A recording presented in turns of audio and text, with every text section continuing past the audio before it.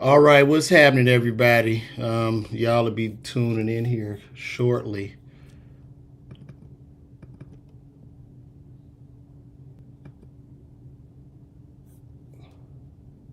All right, here we go.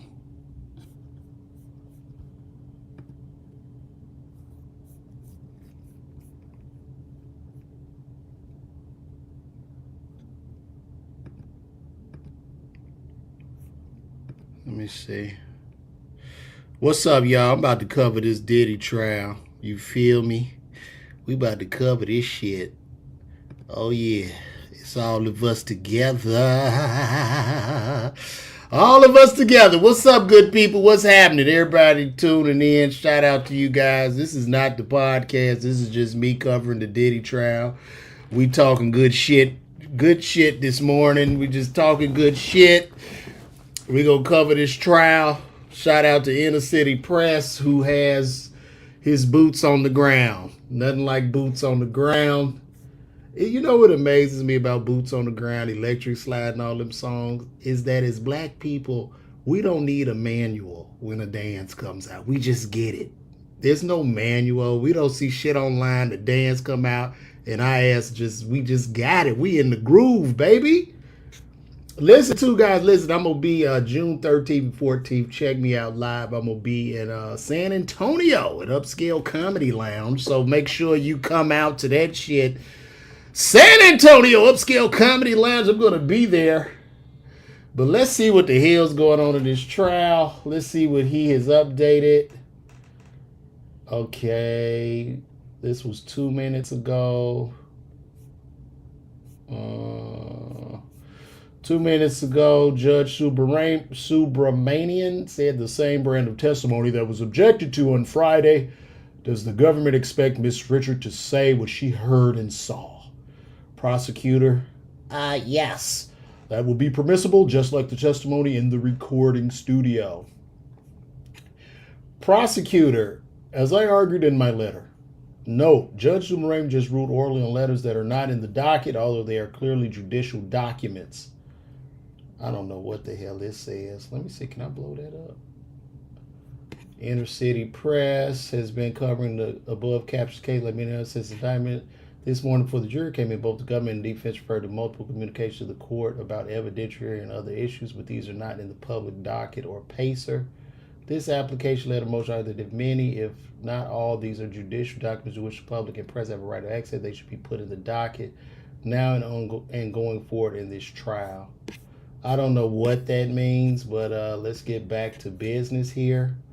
And I'm just going to keep updating this, guys, and we're going to talk and make sure you get those tickets. June 13th and 14th, I will be in San Antonio at Upstage Comedy Lounge telling real jokes, no dancing, no singing, no hack black comedy shit.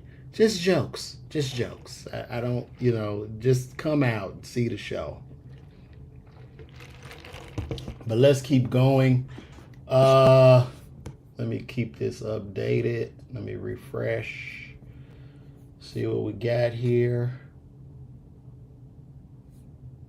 Okay.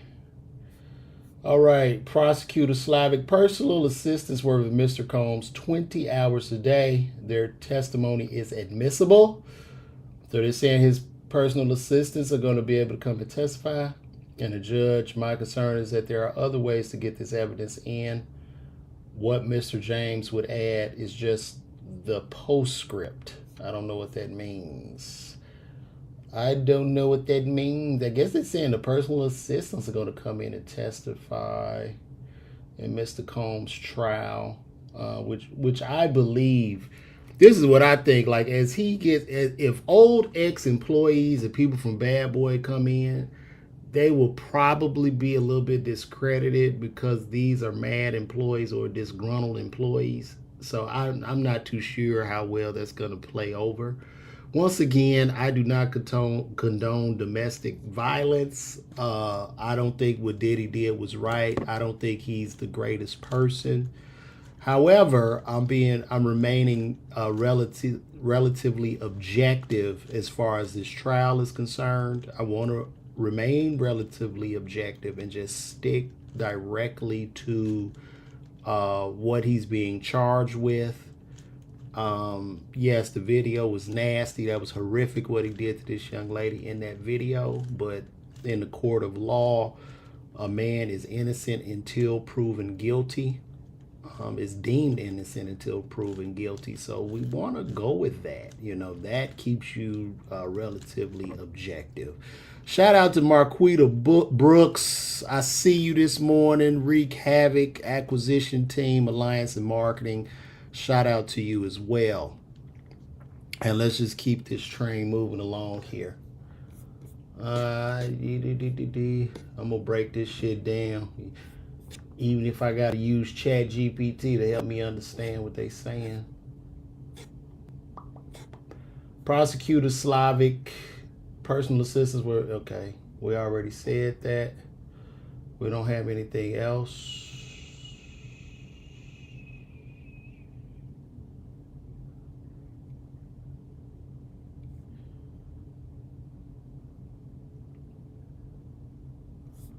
So we're going to keep it going.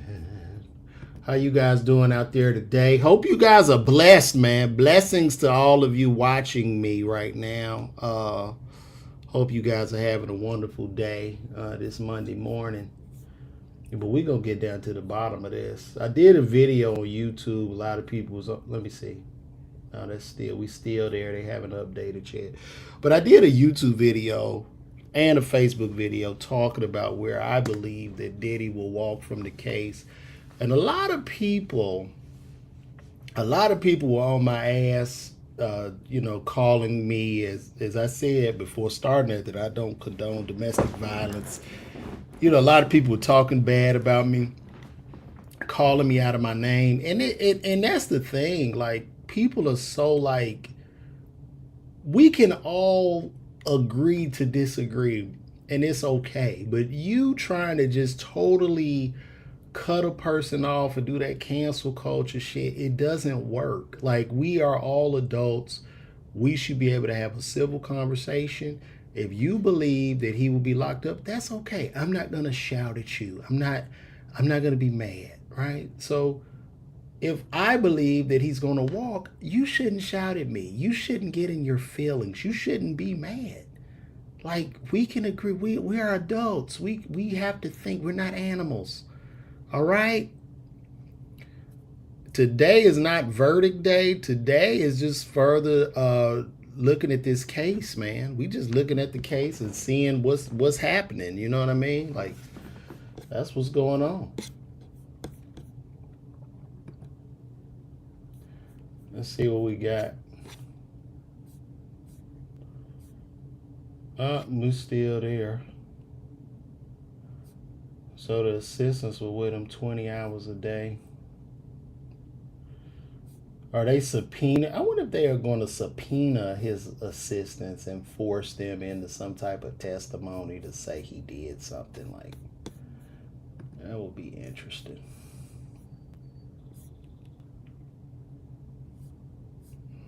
Okay. Combs. This is Diddy's defense lawyer, Agnifilo. On the David James issue, this defeats the whole purpose of this hearsay objection. The government is arguing that it's all admissible because the job descriptions are so vague. We contend these are personal matters. So he's saying that it's personal. It's not sticking. It's not sticking to the point. That's what Agnifilo is saying.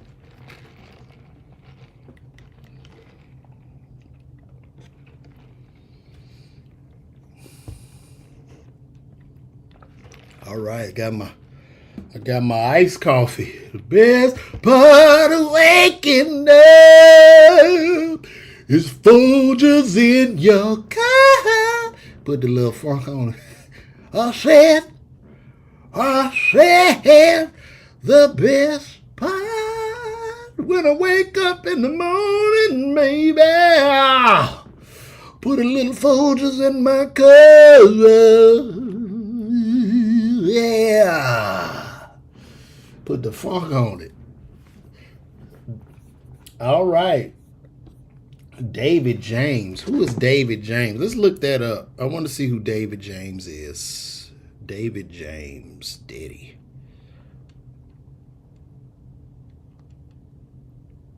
I got to give me another screen in this office.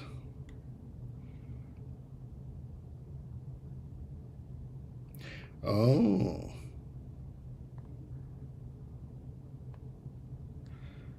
All right. This is from the New York Post where they talk about inside the twisted world of Sean Combs' assistants who facilitated freak offs, including his Ghislaine Maxwell.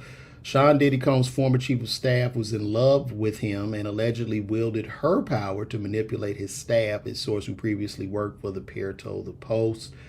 Christina Coram, Combs Enterprises chief of staff, whom Diddy was called his right hand, was one of several former assistants and bodyguards whom Cassandra Cassie Ventura, 38, named Tuesday in Manhattan court while testifying regarding alleged sexual abuse against her and others by the hip-hop mogul.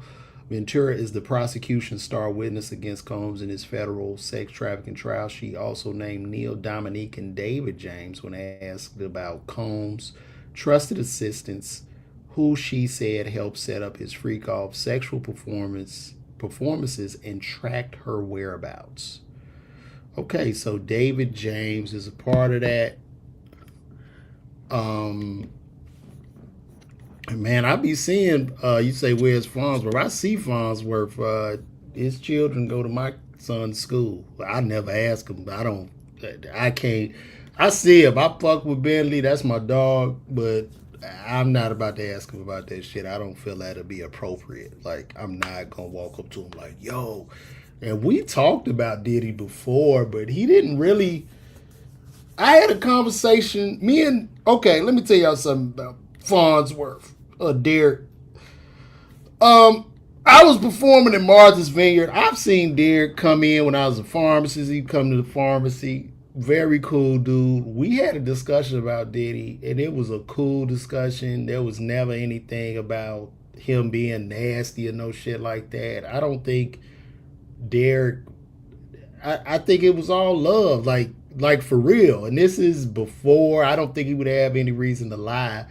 This was when I talked to him back in 2019, and we just had a great conversation. And he said Diddy's like an asshole, but he didn't seem to tell me like he was like a bad guy. Like, you know what I'm saying? So, I don't know. Once again, welcome back. We're here, man. We're about to break this trial down with this sex trafficking. Because I ain't never heard of sex trafficking where people were begging to go to these parties, when women were lined up, when women were in queues, when women would have sold their arm and soul to get into these parties. It's crazy to me.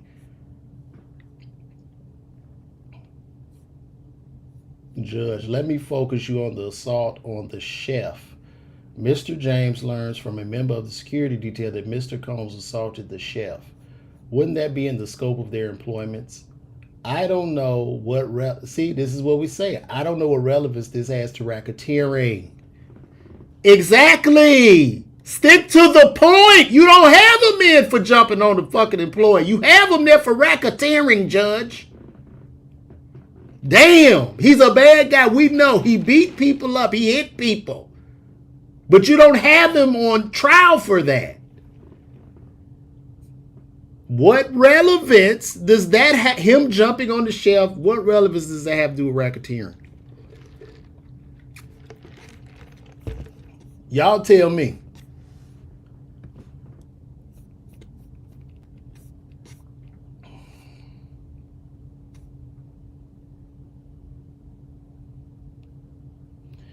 All right, Combs' lawyer, Agnifilo, this is becoming a sort of a bad act free-for-all. Assault is just not one of the racketeering acts. It's not. Assault isn't a racketeering act. Stick to the facts of the matter. This is where they fucking get it wrong. This is why this man is going to walk. This is why he's going to walk. He could have an anger problem. He might have anger mismanagement where he hit people, he threw a dumbbell, He jumped on the chef. He jumped on Cassie. That don't have shit to do with racketeering, guys.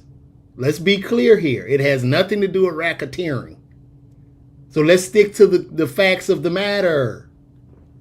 That's why you have court. You remember, innocent until proven guilty, guys. Yeah, he's a bad guy. I'm not saying what he did was a good thing, but I'm going to say, no, let's stick to the case. Because remember, black people, Mike Jeffries is free. Mike Jeffries is on bail. Mike Jeffries, who assaulted 40 Abercrombie and Fitch male models, he's at home in his mansion, who did way worse than Diddy, by the way. And I'm not justifying either crime, but he did way worse. But he has the complexion for the protection. Hello. Hello. Mike Jeffries. Shit, think about him while y'all want to tear this man the fuck down. Let's see what we got.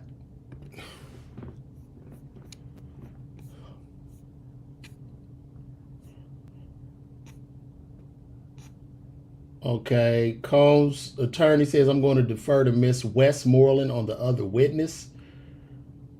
Combs was Mr. Richard claims that Mr. Combs assaulted Miss Ventura right in front of her. These other alleged threats are nowhere near in close proximity to an alleged assault. Let me read that again. Mr. Richard. Who is Mr. Richard? Mr. Richard claims that Mr. Combs assaulted Miss Ventura right. Oh, that's Don Richards. So Miss Richards. Miss Richards claims that Miss Combs assaulted Miss Ventura right in front of her. These other alleged threats are nowhere near in close proximity to an alleged assault. Okay.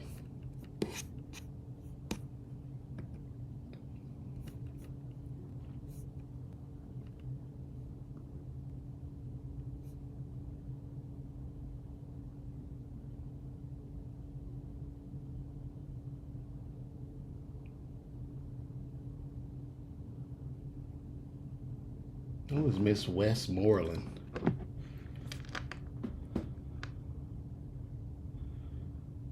Let me see.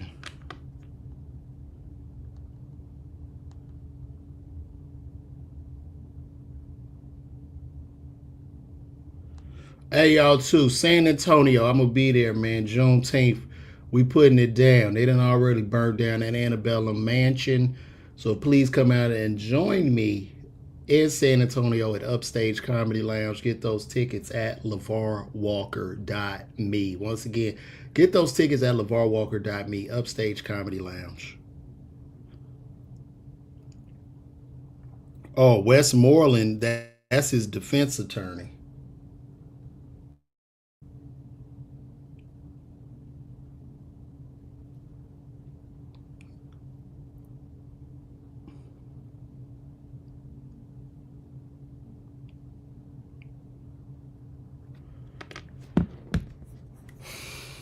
Mm-hmm.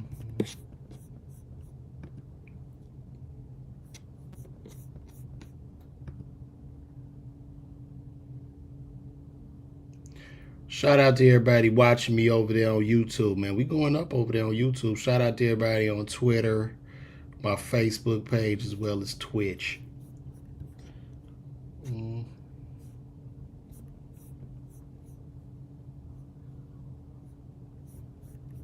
Let me see.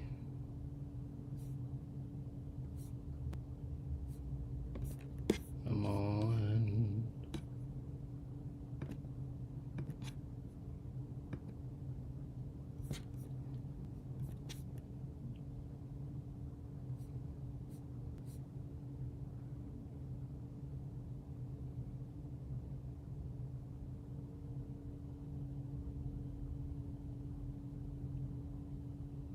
Shout out to Inner City Press with the update. But I'm giving y'all the live update so y'all can listen to this shit if you're at work or something. Just keep your headphones in because I'm going to keep updating you. And remember, San Antonio, June 13th and 14th, I'm in San Antonio Upstage Comedy Lounge.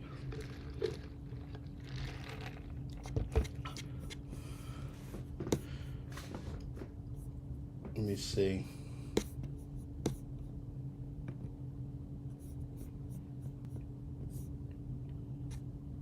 35 minutes. Okay, 30 seconds. Combs Westmoreland. This is one of Diddy's attorneys. We have to distinguish between the Danity Kane and the Diddy dirty money eras. And Mr. Pierre telling her, where are you going to go? I don't see how that can be construed as a threat. Let me think about it. So his Diddy's lawyer said we have to distinguish between the Danity Kane and the Diddy dirty money eras. And Mr. Pierre telling her, where are you going to go?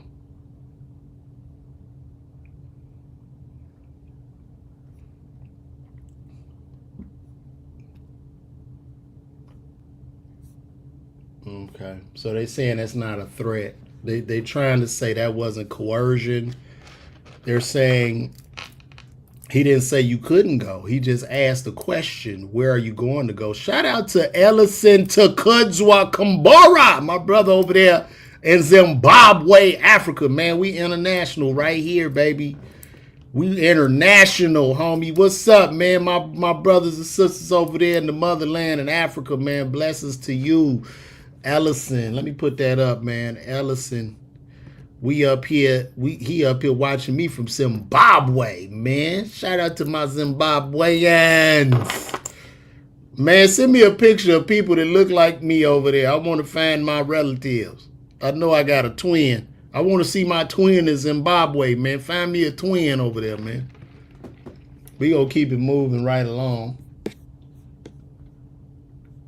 Well, this live, look.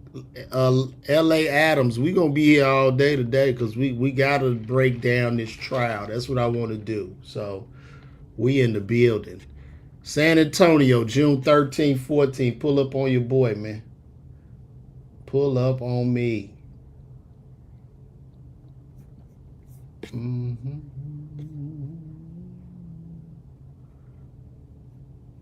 God damn.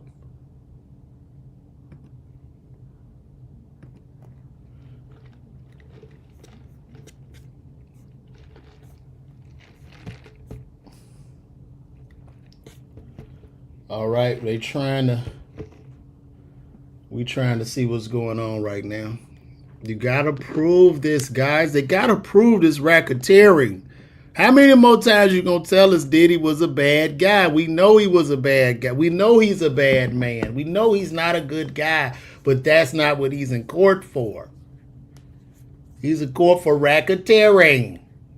So I guess they just gonna throw the racketeering charge out.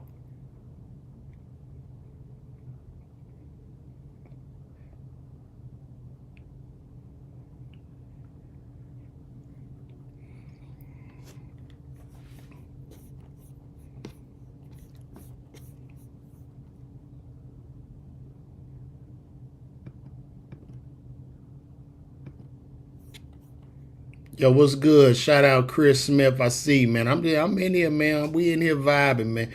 We figuring out this Diddy trial. I'm trying to break it down as we're updated in court. So yeah, bro. I'm just in here putting in that work. That good work, brother Smith. Shout out to Chris Smith.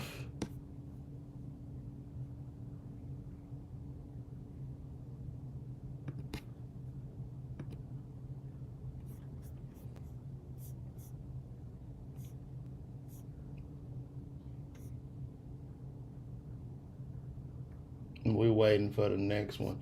Also, too, this Westmoreland lady, I'm going to tell y'all something about this attorney.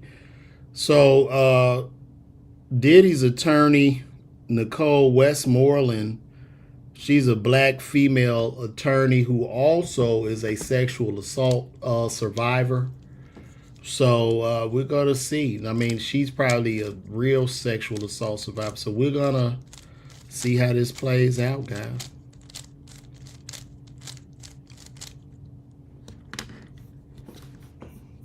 People was asking me, how could Diddy make a comeback? Yo, what's happening, Dave Husky? Big Husky in the building. What's up with you, bro? Thanks for tuning in, man. We out here. We figuring this. We cracking the code on this Diddy trial, man. That's what we doing. We gonna be here all day streaming. Because streamers are bigger than rappers now. I just posted a video about that. My son is 10 and told me, I asked him, who bigger, streamers or rappers? He said streamers, Dad. absolutely streamers. And I'm like, wow. So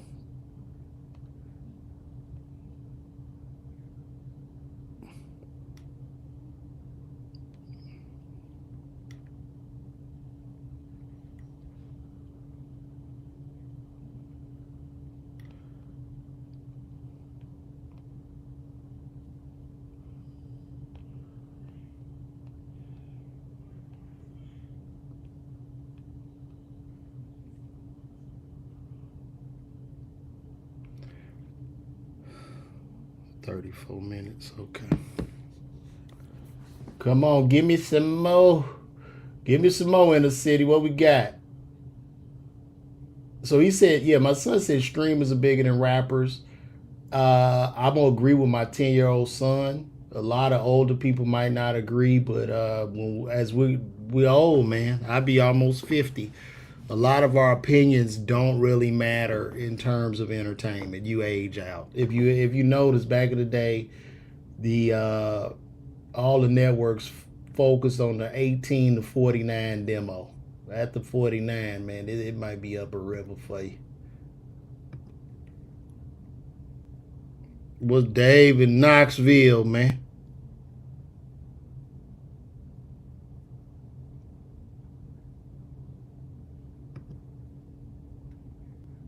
Let's see what we got.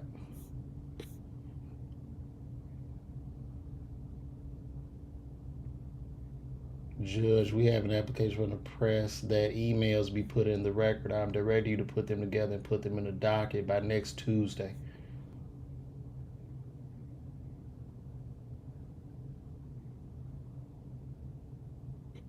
Here's an inner city press filing challenging these judicial documents not going into the docket at all. I don't know what that has to do with anything. I'm just sticking to what I got going on. But yeah, in the case of Diddy coming back or making a comeback, they were like, man, how Diddy gonna come back, man? I'm gonna tell y'all what's gonna happen. Let me tell y'all how Diddy will make a comeback. This is how this is gonna go. When Diddy walks out of that courtroom, Diddy is gonna be about God. The devil is a liar. I was in my darkest hours, y'all. I was in my darkest hours. The people I thought was my friend wasn't my friends. They wasn't my friends, but God had my back. God. I had God. Jesus. Then he gonna go to the church. He gonna go to one of them big mega churches. He gonna put a choir together. Kirk Franklin is gonna come out and perform alongside with him. And the world will be back on his side. This is what's gonna happen. This is what's gonna happen. I'm just letting you guys know. I'm letting you guys know. Because at this point, when you think about Diddy, he is at the worst part of his life. He's at the bottom, right? So when this is over and he walks, which I believe he will, when he walks out of that courtroom, he will have something in common with most people all over the world, most people that are going through some really tough times. They're going to feel a connection, and he will be back. And might I say, might even be bigger than he was before he went in. That's all I'm going to let. It's what it is. But there will definitely be a God album, a church album. He'll probably put 2 or 3 of them out. And, yeah, black people are definitely gonna forget. How you put that church album out? That's all. Kanye drop another church album. We back, baby. We back. The devil is a liar. That's gonna be the name of the album. The devil is a liar. That'll be the name of the album.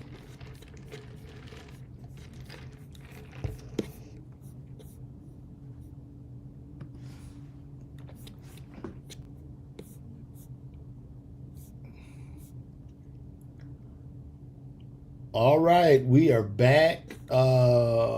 Prosecutor Slavic, what did you observe? Don Rich, he would drag her and kick her and punch her in the mouth. Prosecutor, what would prompt these acts of violence? Combs with objection. Judge overruled. when she would speak up for herself. They trying to show coercion. So the jury is entering right now, guys. We're up. The jury is walking through the courtroom. Here comes the judge. Dun dun dun dun. Dun dun dun. That's the People's Court music. It's happening right now. Prosecutor, when Ms. Combs told you people could go missing, how did you interpret it? Don Richard, that people could die. I couldn't believe that this could be the beginning of a journey for us. Prosecutor, as Diddy dirty money? Don Richard, yes. So I guess Don Richard is on the stand. The jury is coming in. They're asking us some questions. And now we are underway. We're rocking and rolling. It's 9:32. It's Monday. Today is Monday, May 19th. God bless. God bless. And we in the building, man. We live, baby. This is it. We're here. We are here.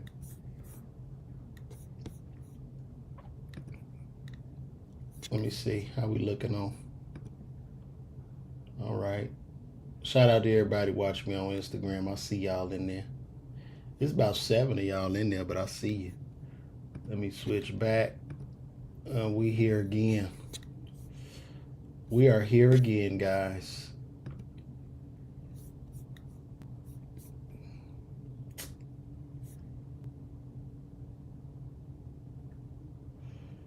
We had 3 minutes.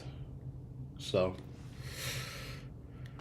we're here. What's happening? Lightning Taylor out there in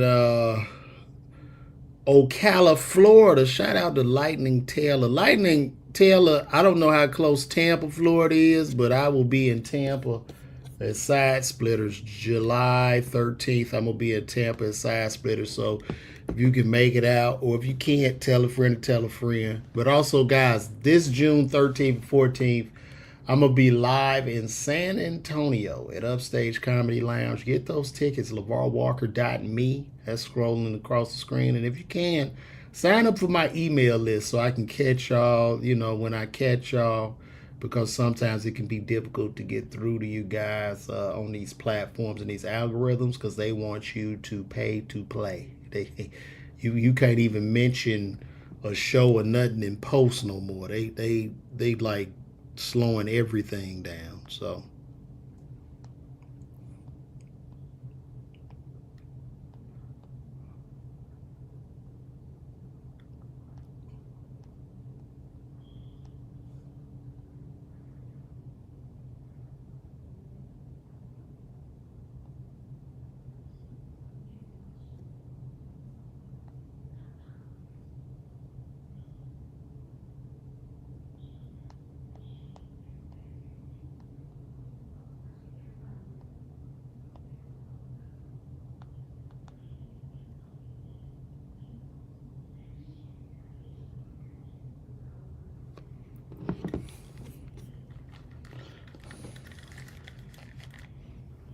let me see.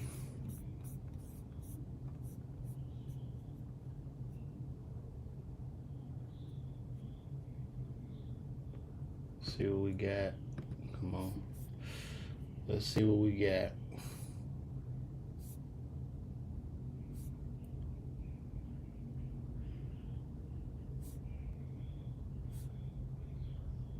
All right, we still where we were before. I guess Don Richard is on the stand. So we can keep it rolling.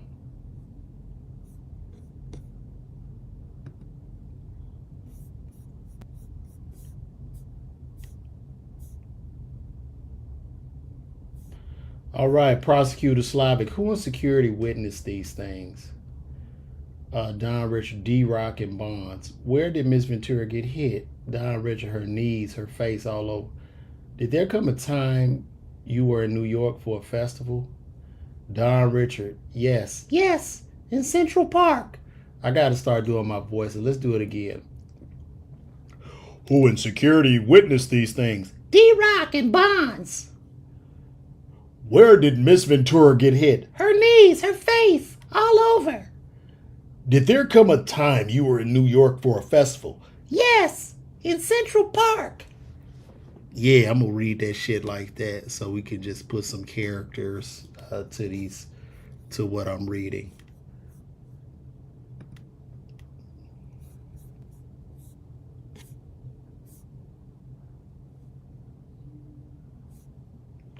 Maybe they'll subpoena D-Rock and Bonds.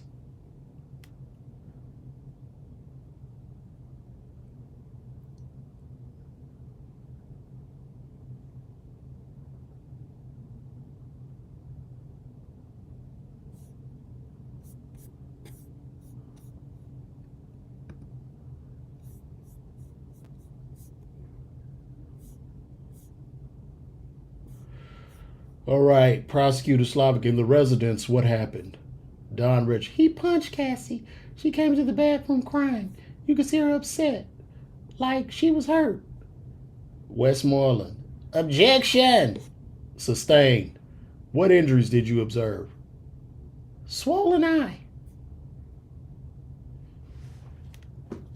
So the prosecution is trying to paint a picture of coercion,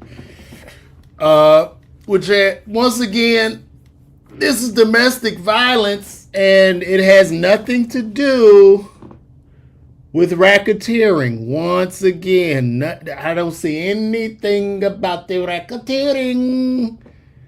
Where's racketeering? Now the defense is going to harp on that. We've all seen Cassie get beat up. We saw it. Like, how many more times are you going to harp on this?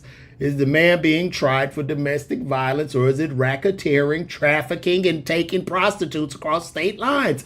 Which is it, Your Honor? Which is it?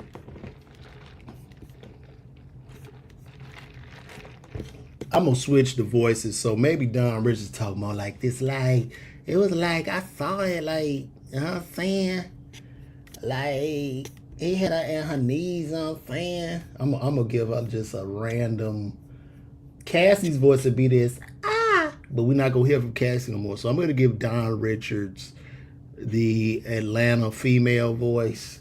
And that's how we're going to do that. So we can narrate this. So let's do it again. Who in security witnessed these things? D-Rock and Bonds. Where did Miss Ventura get hit? Her knees, her face, like all over the foot. Did there come a time you were in New York for a festival? Yes. Central Park, like...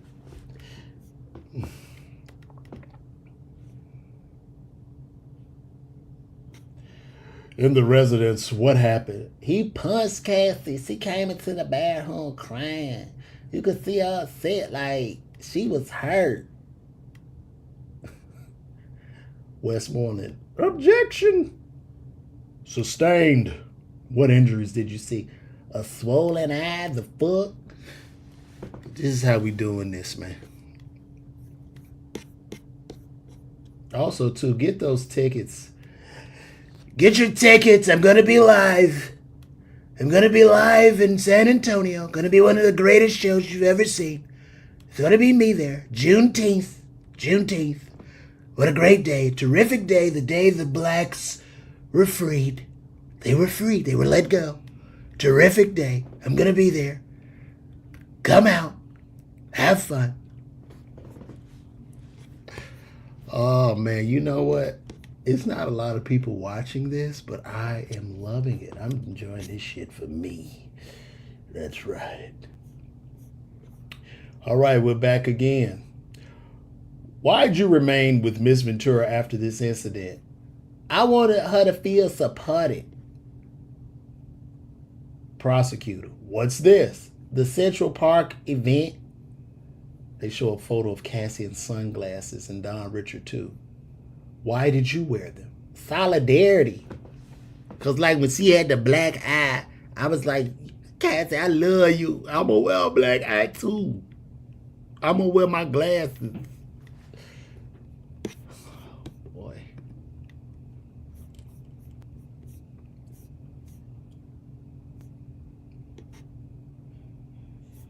I can't wait to hear this cross-examination.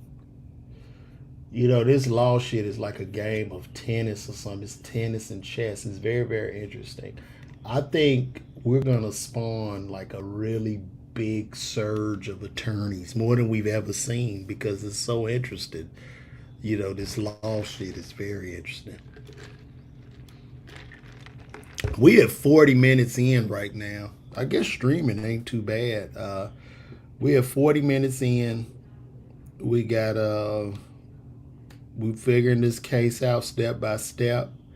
We're doing live coverage of the Diddy trial right now, guys. Thank you guys for tuning in. Also, I'm in San Antonio, June 13th and 14th. San Antonio.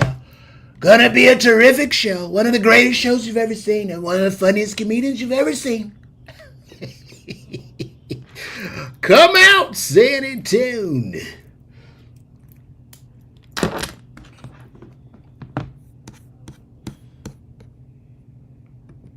Let's see.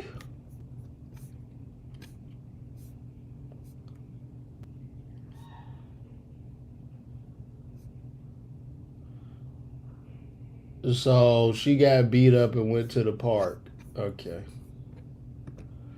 So they want to, what the prosecution wants to do, I guess they want to get all these witnesses to testify, and they want to show coercion, which still wouldn't prove, well, no, maybe the coercion along with the bodyguards would prove some type of racketeering, but then it was like, well, how is he profiting from holding Cassie hostage or holding her? Like, that would be another question, because you got to get them. They want to get them on this racketeering charge, but I don't think it's going to stick. Okay.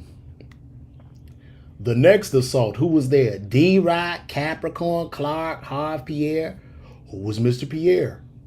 At Bad Boy answering to Sean Combs. Did they do anything? None of us did anything. Accomplice! Accomplices! That's what that sounds like to me. You did nothing. Why? You wanted to hold on to the check? Is that why? Did you fear for your life? Is that why you didn't do anything? Did the guards fear for their lives too? Or did they want to hold on to a check? Those big menacing guards who could have kicked Diddy's ass. So they sound like more accomplices to me, guys. What?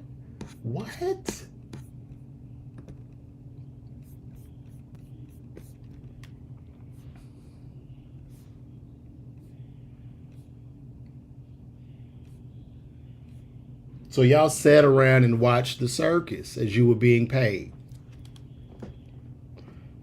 Boy, this cross-examination is going to be epic.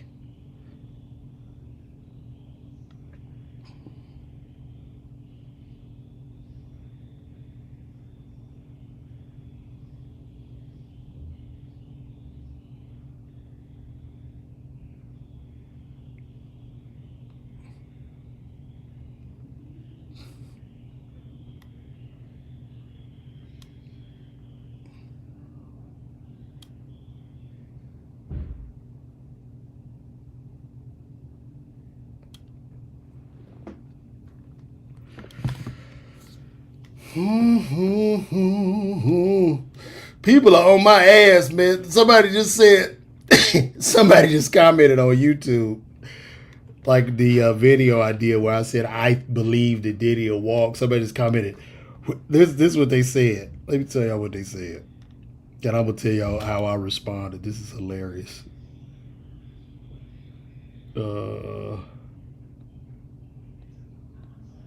gosh. Where was that?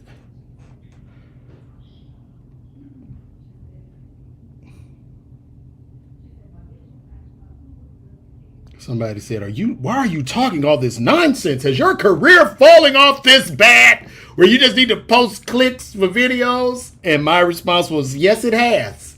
Yes, it has. Thank you for watching. Thanks for commenting. Thanks for giving me your attention, dumb fuck. You could have scrolled on, but guess what? Guess what you did? You commented, you watched, and you paid me.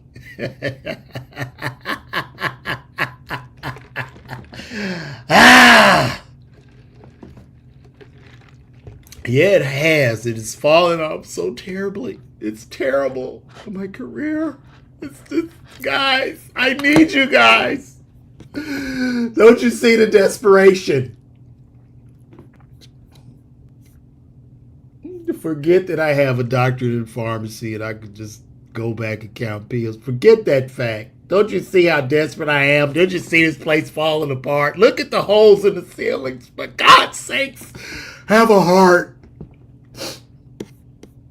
Oh, God. People are hysterical. Like I said, this is what I'm saying. Why do people, like, for that person to say that, this is just my feeling, right? This is my page. I put that up based on how I feel. I don't know if he's going to necessarily walk. I just said I think he will. Am I like rooting for him? No, I'm remaining objective. I'm telling you why I think he will. You could tell me why you think he won't. And then guess what? We can agree to disagree. There's no reason to be mean. This is how cancel culture started, right? This is why, you want to suppress freedoms. We're not doing that in America. Come on, guys.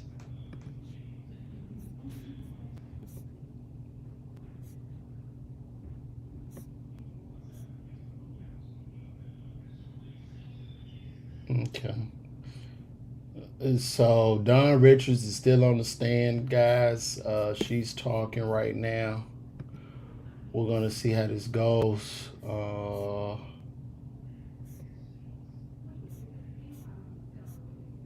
And I want to tell y'all something too. A lot of these outlets are being very, very biased, especially TMZ.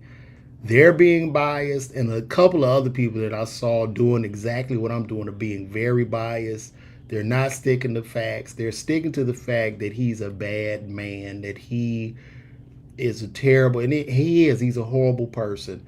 But I want to remain relatively objective. I want to stick to the facts. I want to stick to what he is being charged on, what he is indicted for, and why he is facing life in jail. It has nothing to do with him being a mean person.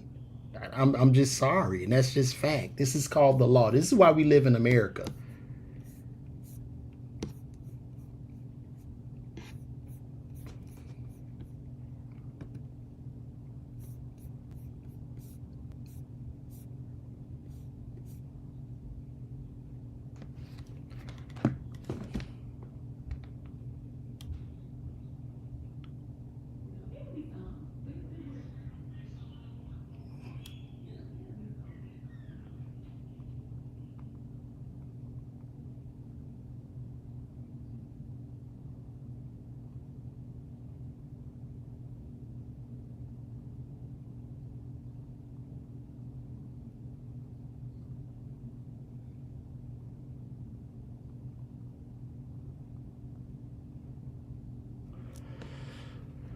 Oh, whoa. Let's see what we got, guys.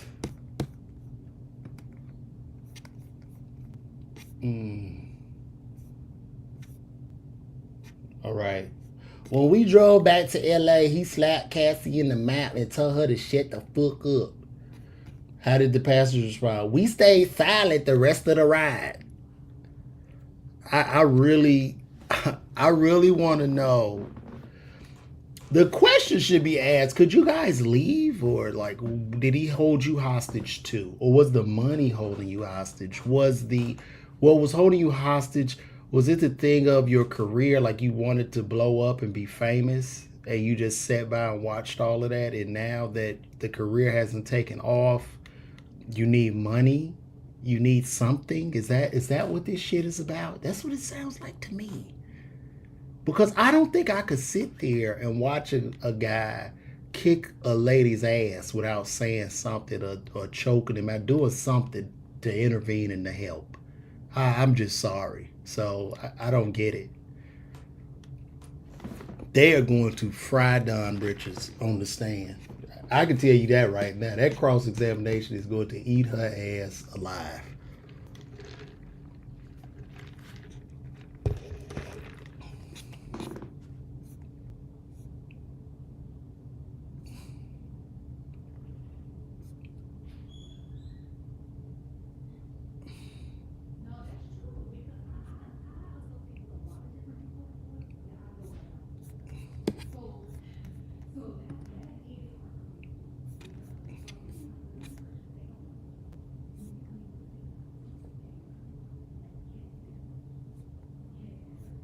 Don Richard.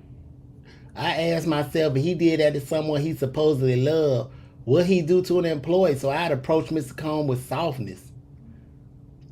Did you try to intervene in a relationship? No, for my own safety. But you couldn't leave, though. I guess the question I would ask Don, could you leave? Or I guess you feared leaving? What?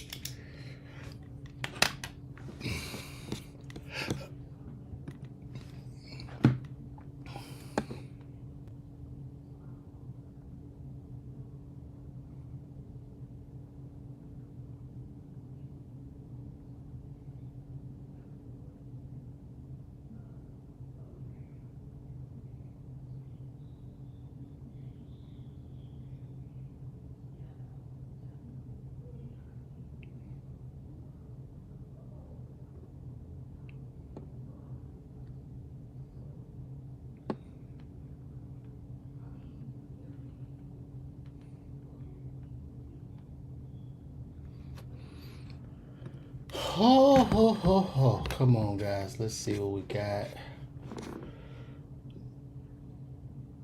Okay, so Dawn was, she said she was scared, so we need to look at coercion.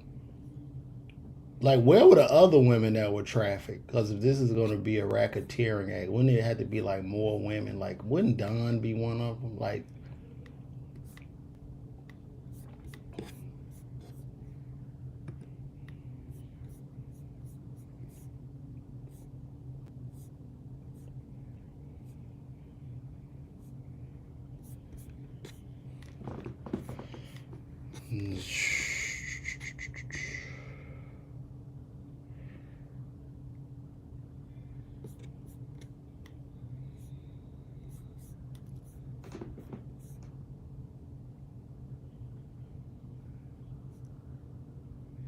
they gone, boy. Wait till they had that damn cross examination.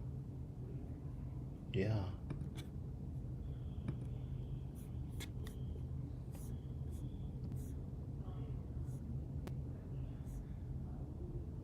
We're waiting, guys. We're waiting for the update. So, you know what I'm saying? That's what we doing right now.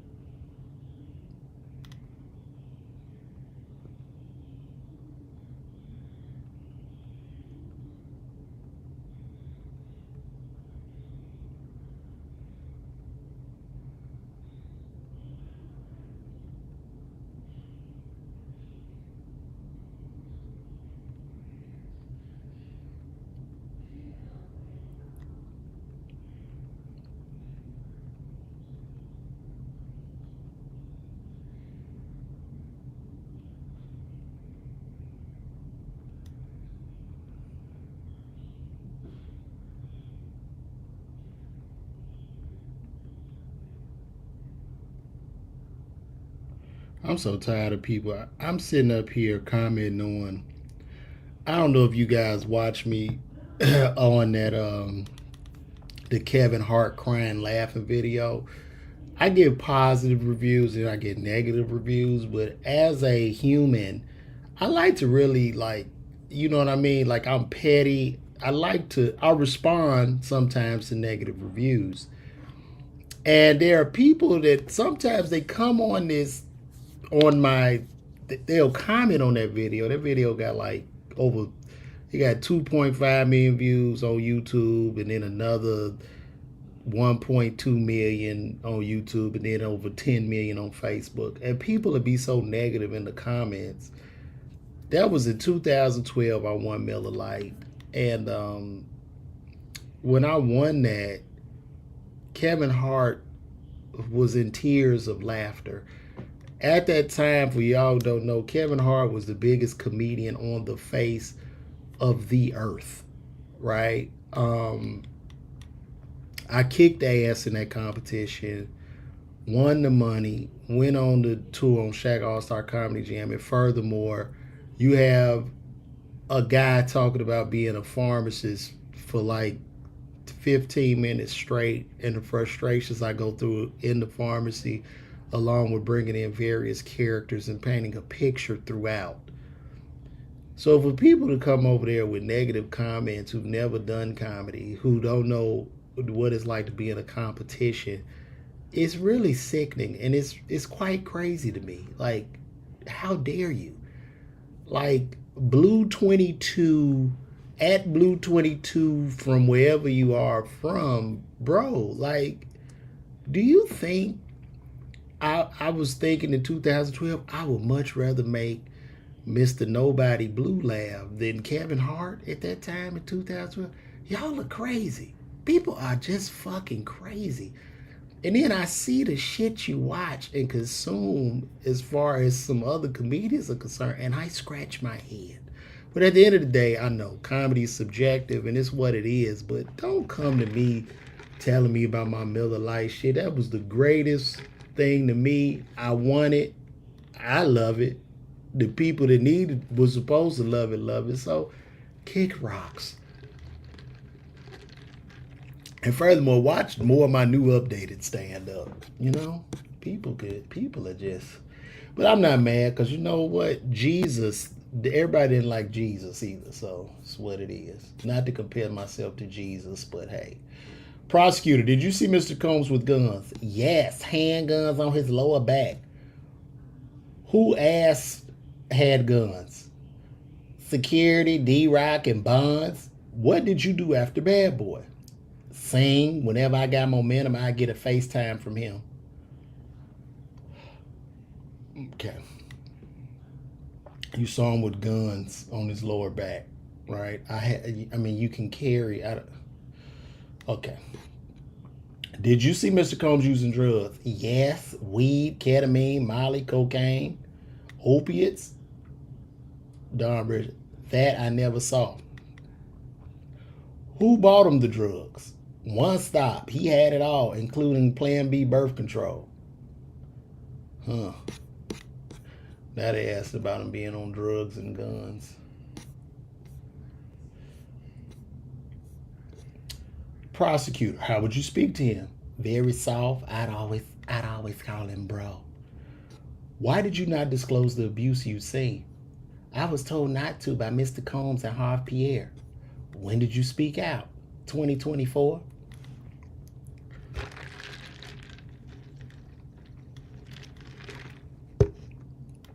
Thank you, Brett and Tarantino, for that observation. But no, it just really like, can I be honest with y'all? I'm a fan of comedy before I'm a comedian. And a lot of specials and all that I see, man, a lot of them make me sleepy. Like, right, you watch a Netflix special, I try to, but I fall asleep. And I mean, this is what's winning. I get that comedy is subjective, but come on. For anybody to watch Kevin Hart is not that great of an actor.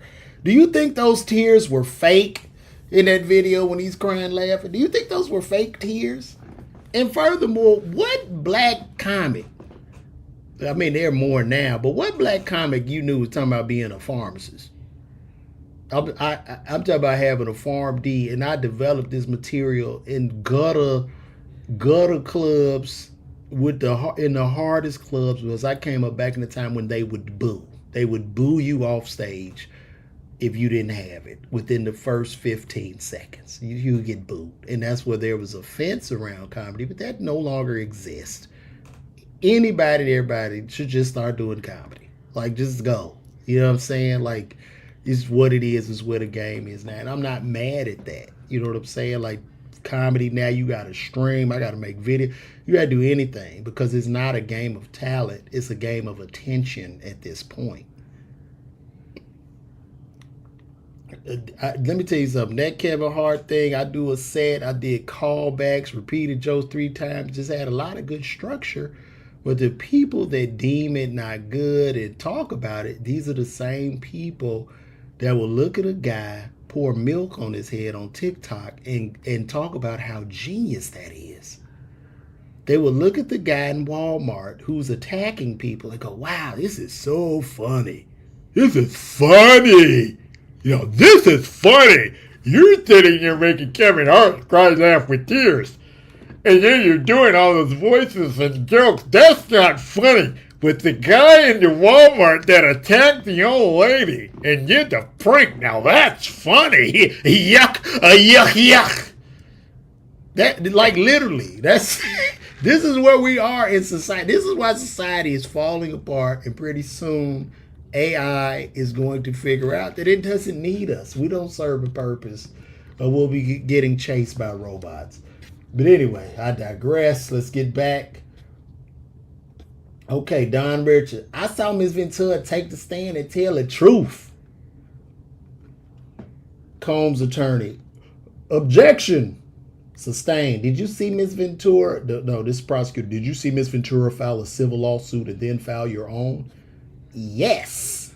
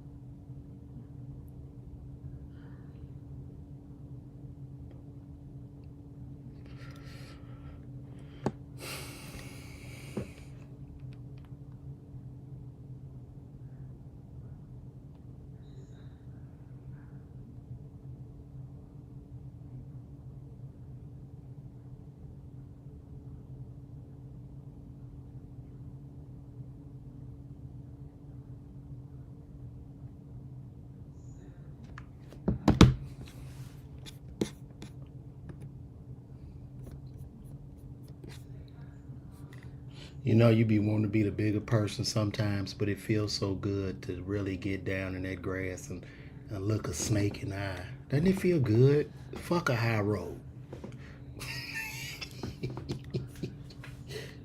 Shit. Let me see.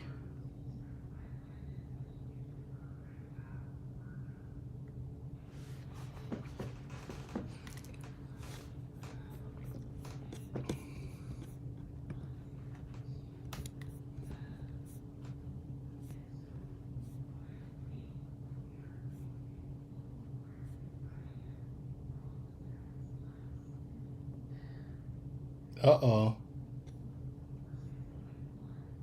I saw Miss Ventura objection. Okay. Now we had judge calls for cross-examination. Combs' attorney, the black lady who was a victim of sexual assault, she says, you are aware there's a motion to dismiss your lawsuit? Don Bridge, I have civil lawyers. Westmoreland, you sat with the prosecutors and your allegations have changed. I have been consistent. Now they're cross-examining Don Richards This is where the fun is about to begin, guys. Let me go use the restroom real quick. I'm going to be right back.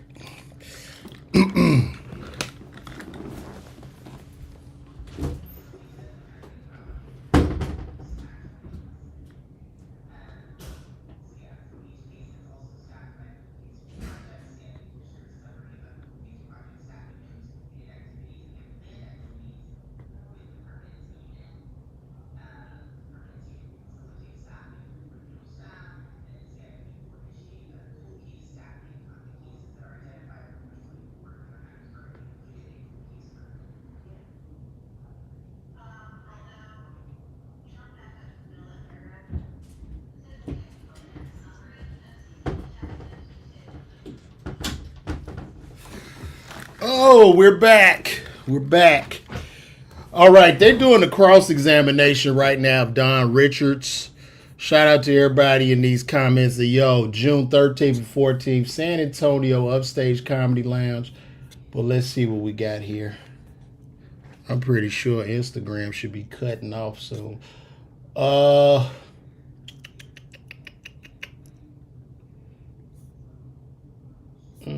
Now they're about to cross-examine her. Now they're about to discredit everything she said. Watch what happens. Watch what happens. So before I left, judge asked for cross-examination. Combs' attorney, Miss Westmoreland, says to Don Richards, "You are aware there's a motion to dismiss your lawsuit." When I'm thinking of Westmoreland, I'm thinking of Felicia Rashad, Claire Huxtable. Don Richards, "I have civil lawyers. You sat with prosecutors and your allegations have changed. I've been consistent." Okay, here we go. Now they about to go pull up her work. Oh, I can't wait to see this shit.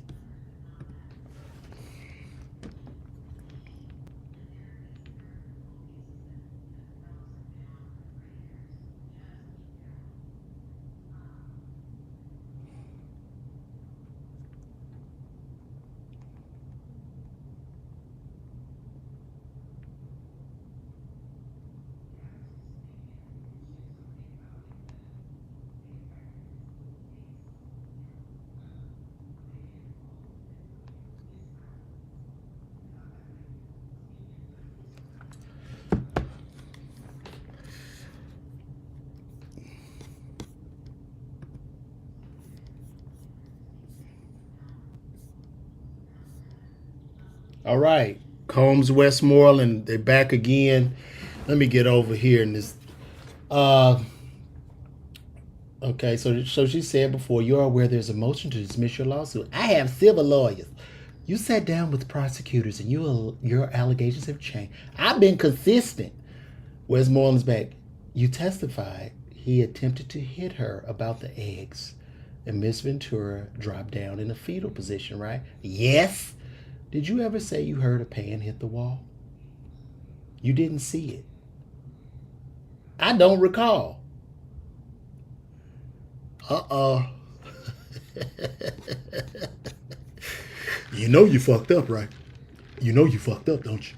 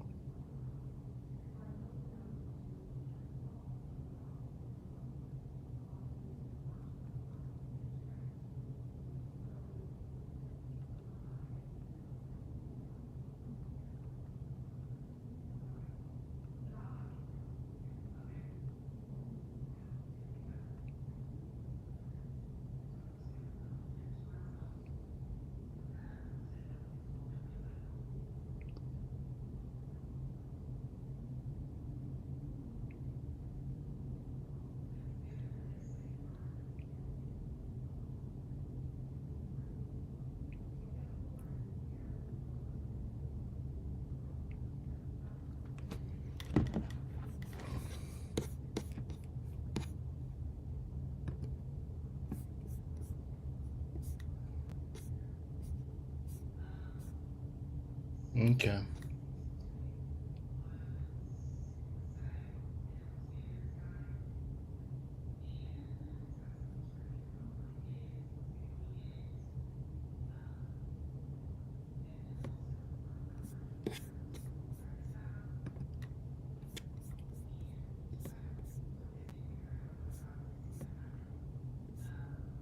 I'm waiting for them to come back, y'all.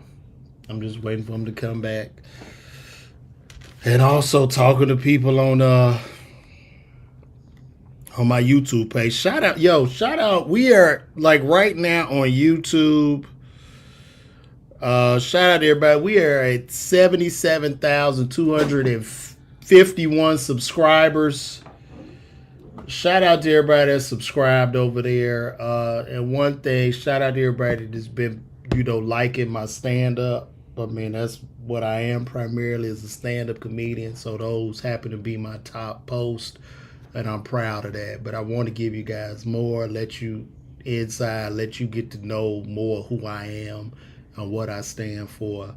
So thank y'all once again. Thank you guys.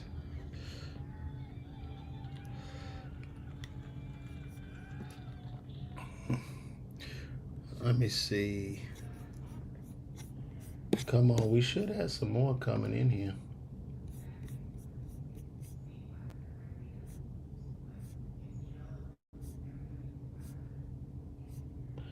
All right, nothing popped up just yet. Still waiting.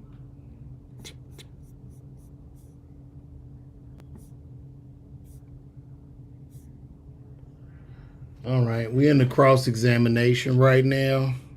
If y'all want to come in, let me know how you feel. Come on in the chat. Holla at your boy.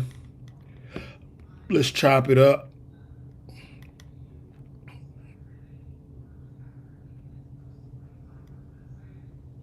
What y'all try? Tell me what you tried, Ro. Talk to me.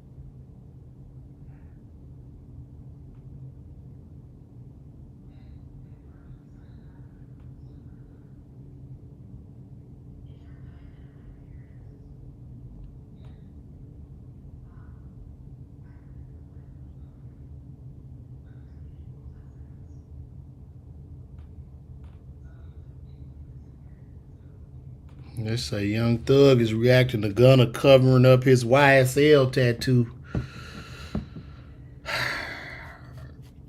Gunna done covered up. I don't blame Gunna. If y'all don't let that street shit die, it's a road to nowhere, buddy. You go to jail or die. There's no other way.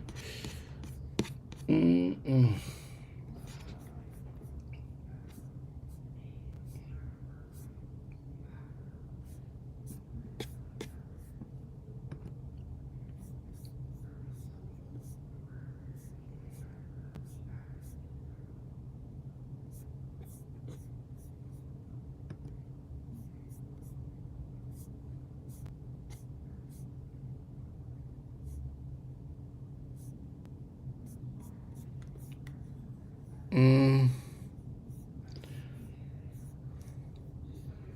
Shout out to Ro. We try.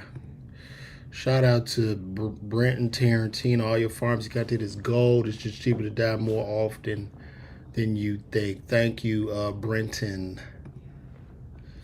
Appreciate that, bro.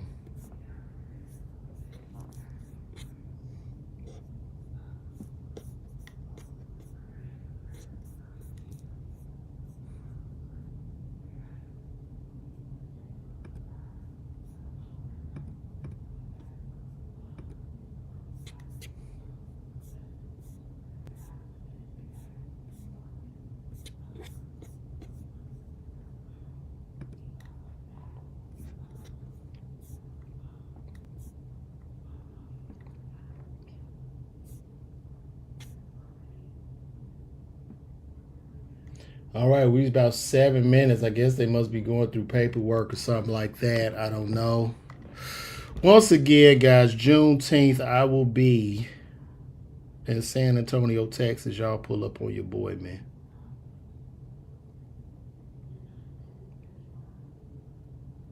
Yeah.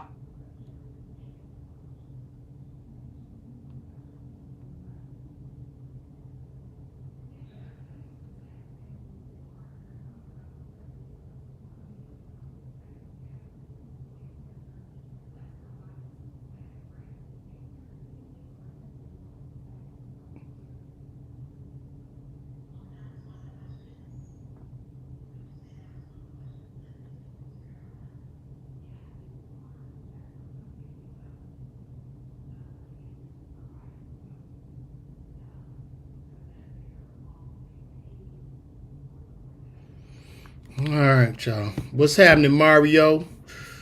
Shout out to Mario. You out there in New York? Where you at, Mario? Tell me what neck of the woods you in, bro. I'm just out here, man, trying to keep updated on this Diddy trial. We in these streets right now. We doing a minute by minute update here, and yeah.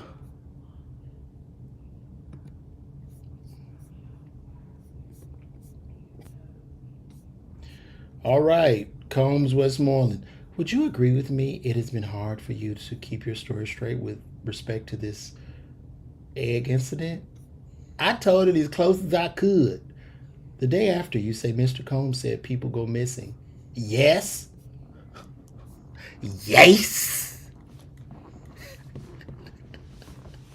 When they say yes with that list and put an A in there, yes. Stay away from them, fellas. Yes.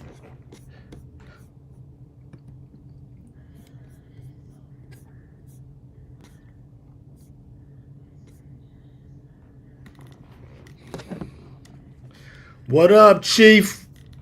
Chief Kalas. I don't know if that's cold ass. Chief Kalas, what up with you, bro? Bro, we in here, man. We just doing a minute by minute update.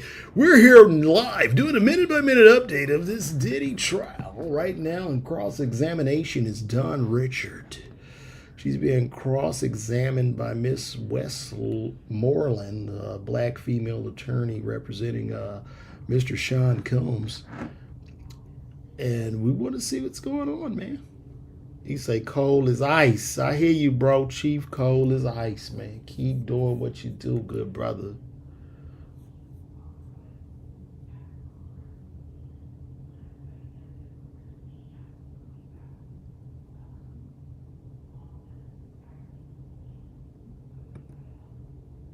Let's see what we got, guys.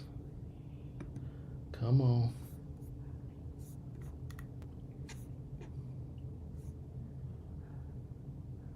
Oh, here we go. Here we go with the cross exam. She said the day after you say Mr. Combs said people go missing. Now,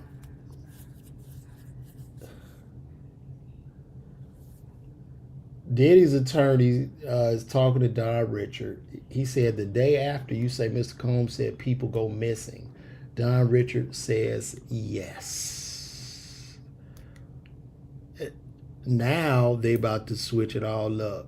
Shout out my guy Mario, man, transplant from New York via military out there in Arizona. I know it must be early out there, man. This must be 7 a.m. Is it 7 a.m. or 8 a.m. out there, Mario? Let me know. We're here with the cross examination of Don Richard. We're going to see what happens.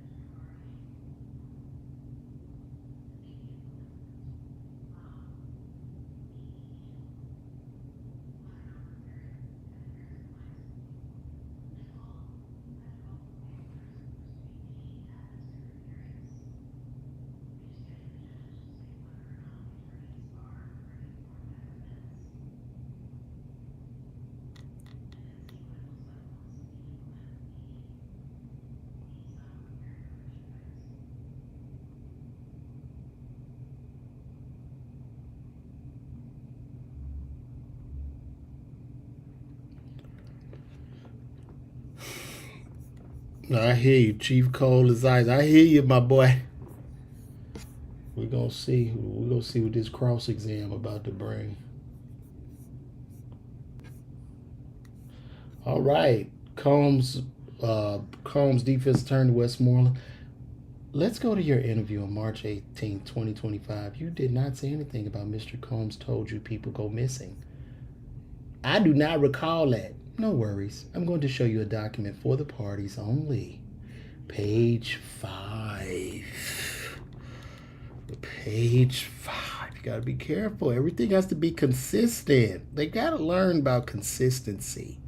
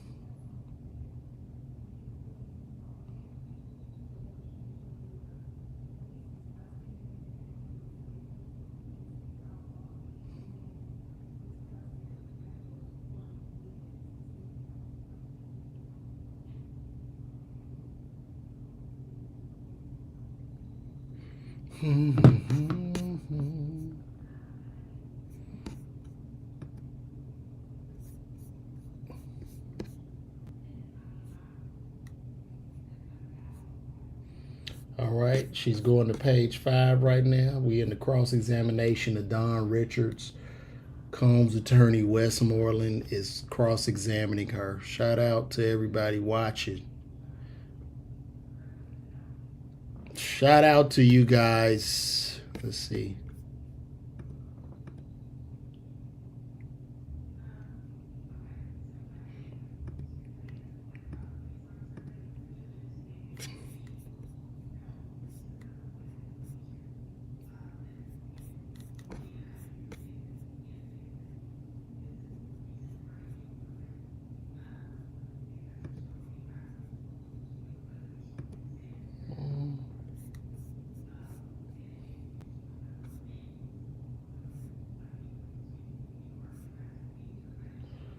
All right, we still waiting for her to bring up the page 5, and we're going to see what she has to say.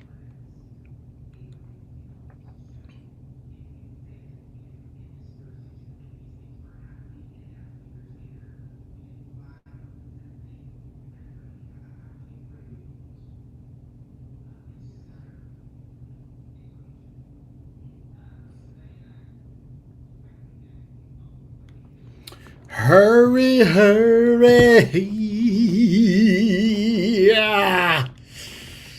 Ah.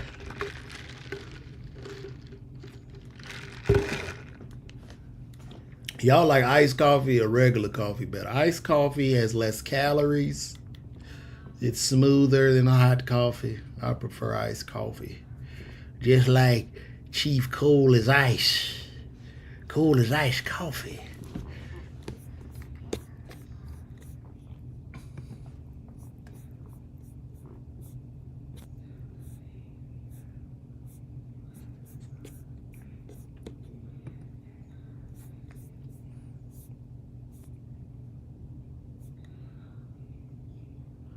Come on, guys. Find the document.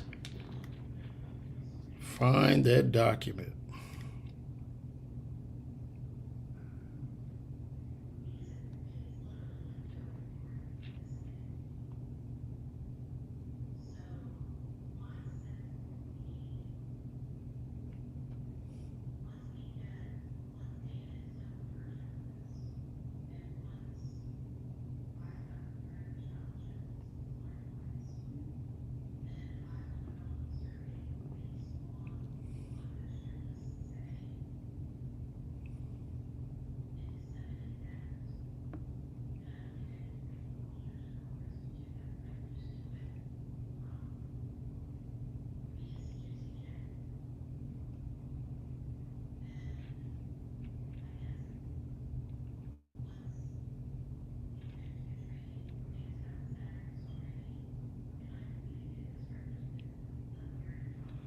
Oh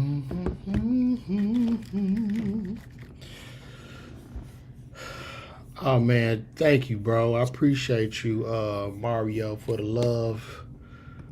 Mario say, man, I appreciate that. That's what I'm talking about, man. That support, bro. Appreciate the love. I'm gonna try to keep it coming, brother.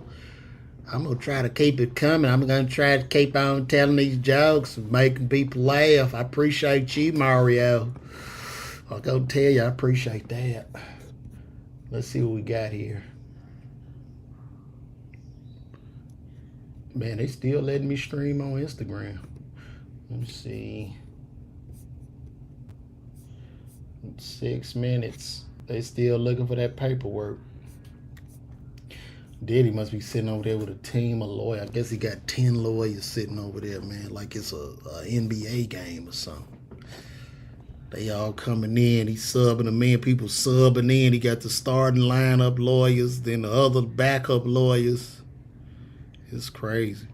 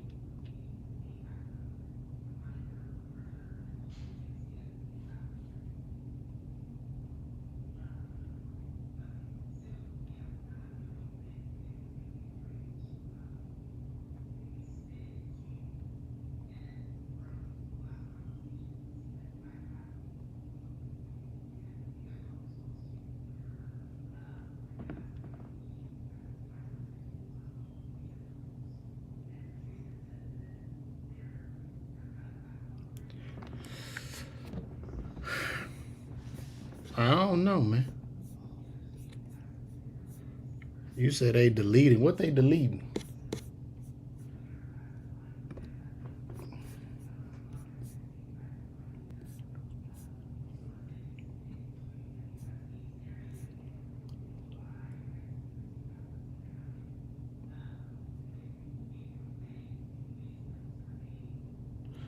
All right, we back.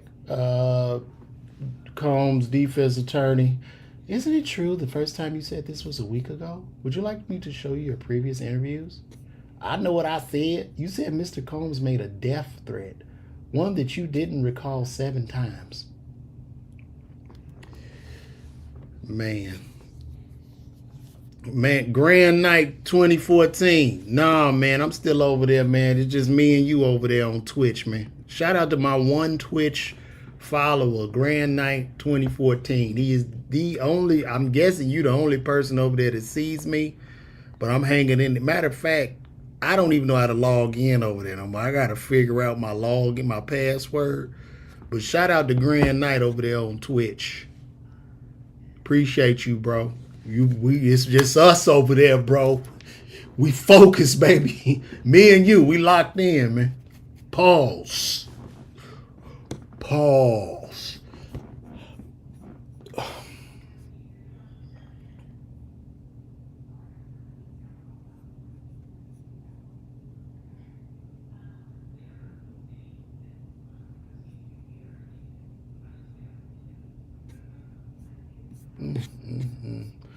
So in the cross-examination, they seem to be calling Dawn a liar. She's not remembering certain stuff, right? So that's going to probably invalidate everything that Dawn said. They're going to destroy Dawn. They're destroying her right now. It's invalidating everything, you know?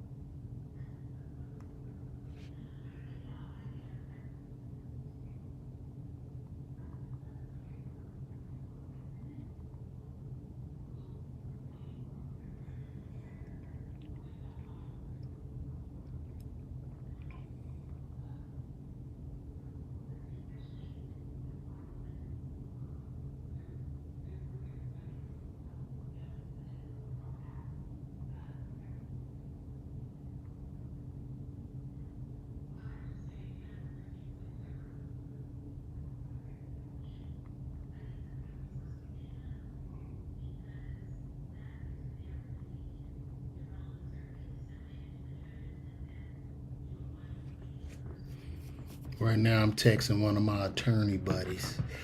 My attorney buddies kind of give me, you know what I mean? They give me the insight on the game. I'll be back in Chicago soon, bro. But I'm just coming home to visit. Oh.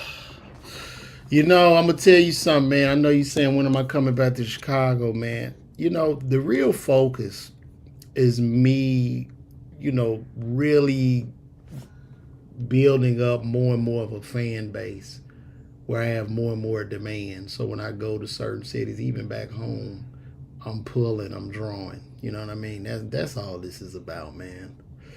Figuring this thing out. Figuring it out. So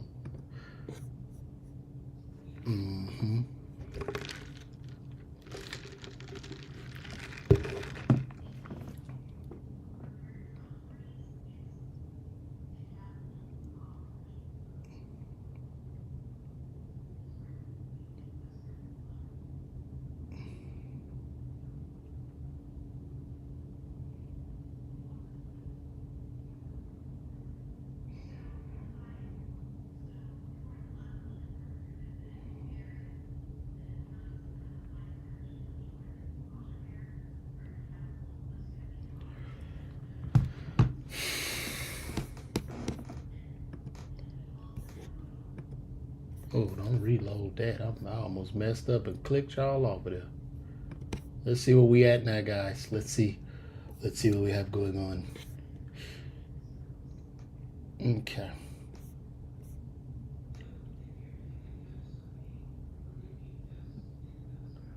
She said Mr. Combs made a death threat. She didn't recall the death threat 7 times.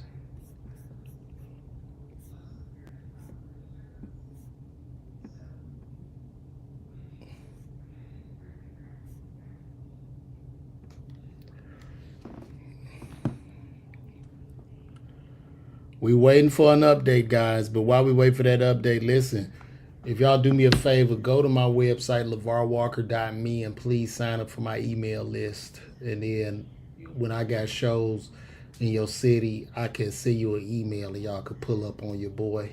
Get some of these real goddamn jokes. Not the watered down shit y'all swear so good. Get the real. Get the real. Get the real.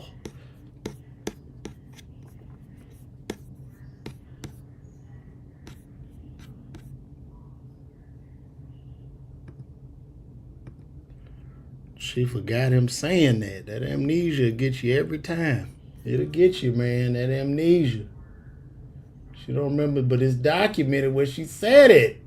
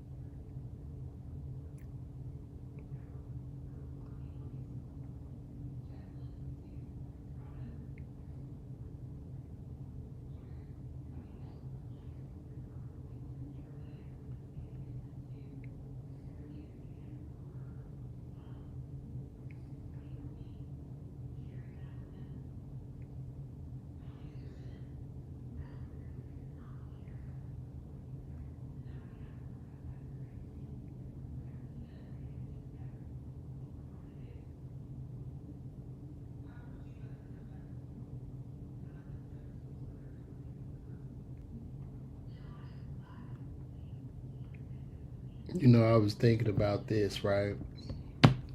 You know, we were all in a chokehold about a week ago about 100 men versus one gorilla.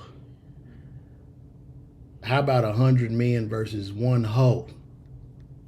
I don't think the 100 men, hundreds of men have gone down by hoes. One hoe has taken down 100 men.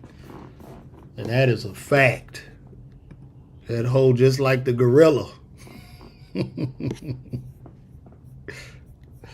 What y'all think about that? Can I put that in a bit, guys, while we waiting for this shit to update? 100 men versus one hoe.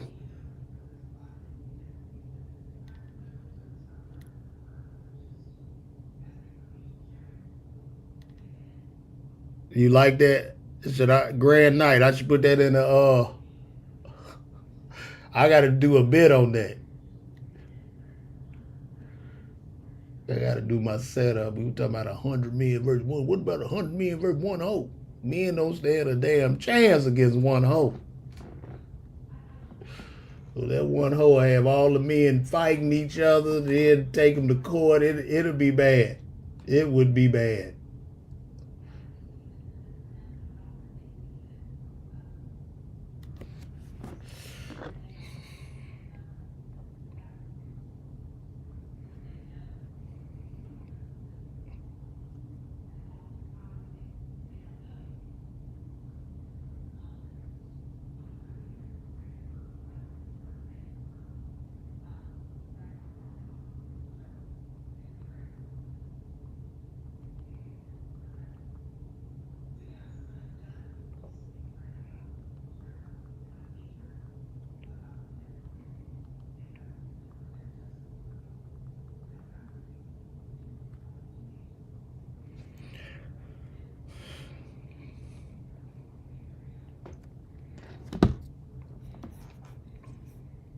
Shit, you ain't lying.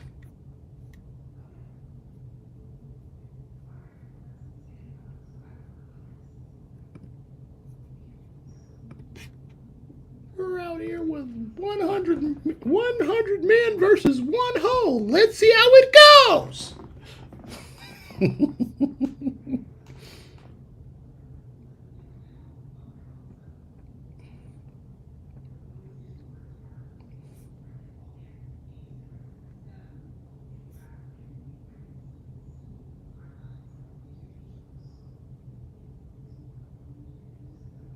All right, we back again. Okay, so before the Combs was more, isn't it true the first time you said this was a week ago? Would you like me to show you your previous interviews? I know what I said. You said Mr. Combs made a death threat, one that you didn't recall 7 times. Defense attorney Westmoreland, let's move to alleged incident before the Central Park concert. You are aware there was a camera crew. Not in the bathroom. You were filmed in the park. Are you aware if the video has been turned over? No. Okay.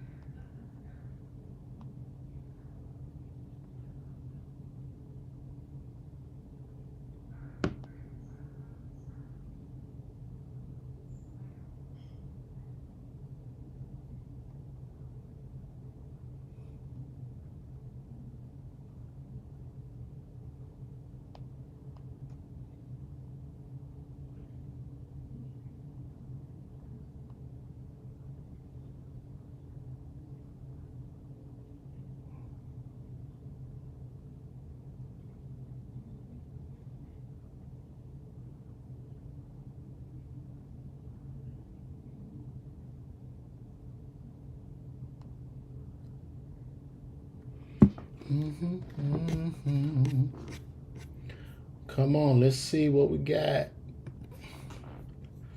This is a slow game of ping pong.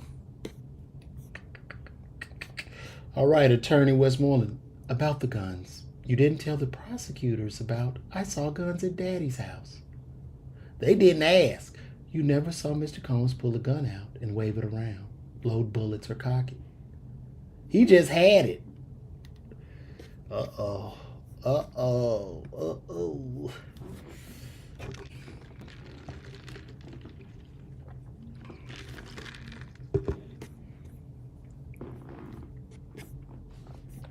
This cross-examination is looking rather interesting. We're going to see how this goes. So far, everything the defense attorney has asked, there have been no objections. You know, she's doing what she does. Don Richards is on the stand, and we're gonna see how it goes. We hanged in there. Shout out to y'all for hanging in with me.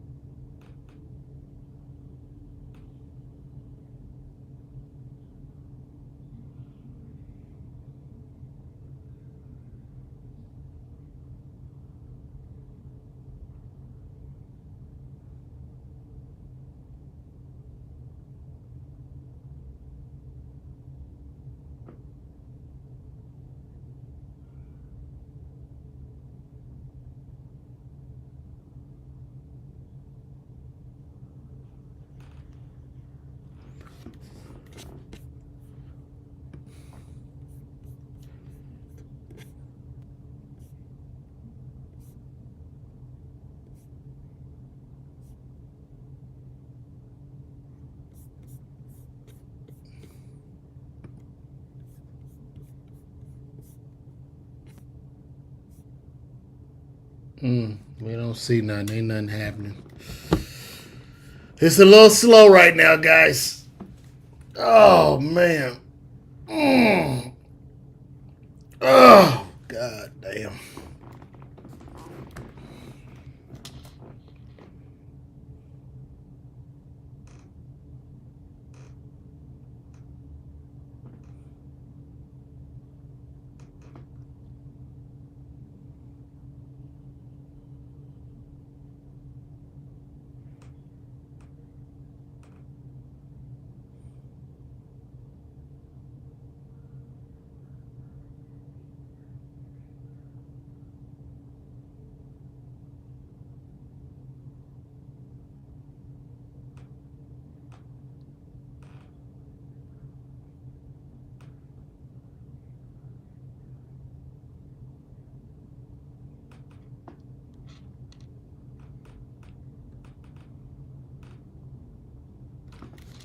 Come on, y'all. Let's go.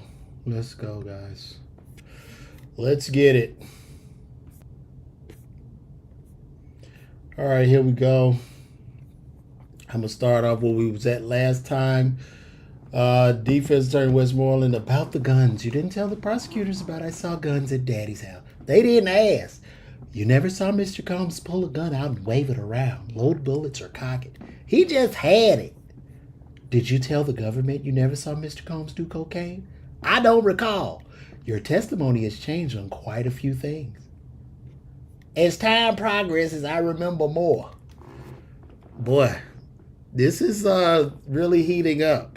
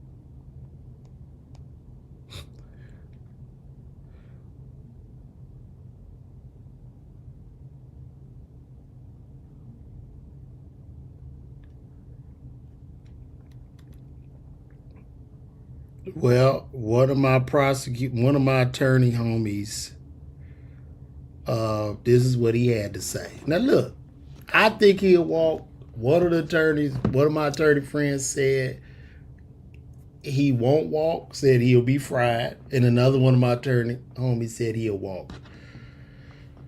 So, I was talking about the charges that Diddy has, saying that he only has 5 charges: 1 count racketeering, 2 counts of trafficking, 2 counts of taking sex workers across state lines. And I'm guessing these are 3 charges with 5 counts.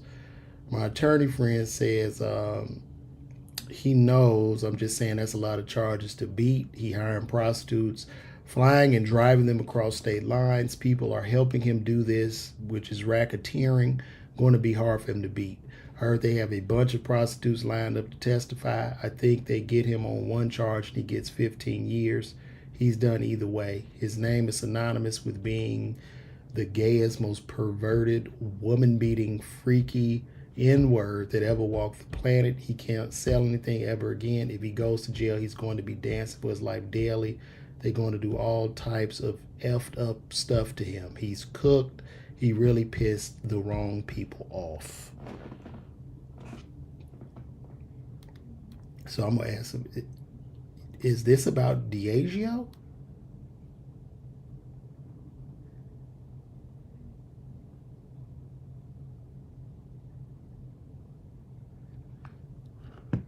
Maybe it's about the liquor company. Is it about the liquor company, y'all? Let's see what we got.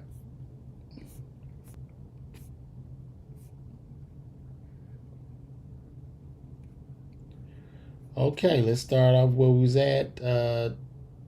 Did you tell the government you never saw Mr. Combs do cocaine? I don't recall. Your testimony has changed on quite a few things. As time progresses, I remember more. You saw One Stop sell drugs. You saw him take money. Yes. All right, 1 second. Didn't you tell the government you never saw anyone pay him? So you lied, right? No. Uh-oh.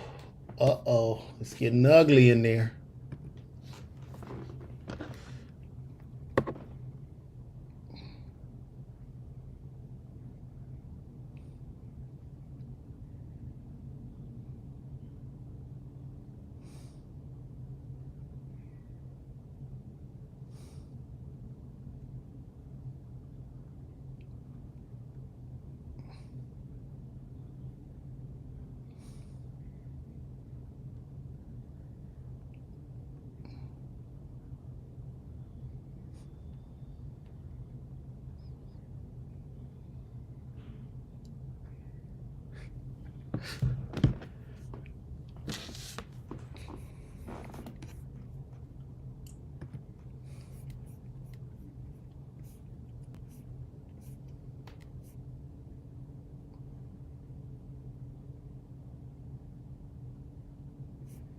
Okay, we still at this One Stop.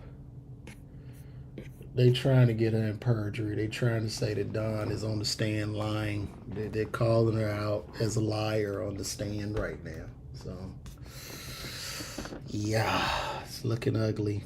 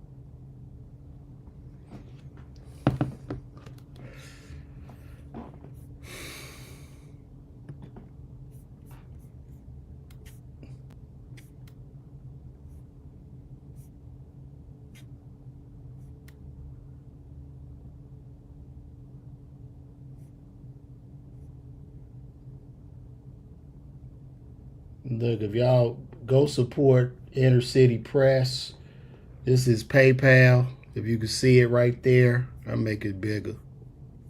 I'll make it bigger. Can y'all see it? Maybe make it bigger. Nah, it don't matter if I'm off the screen. They still go support Inner City Press. Inner City Press got a PayPal.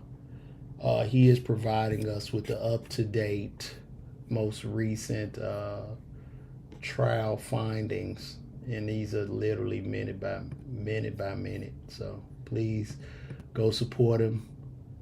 He out there with boots on the ground.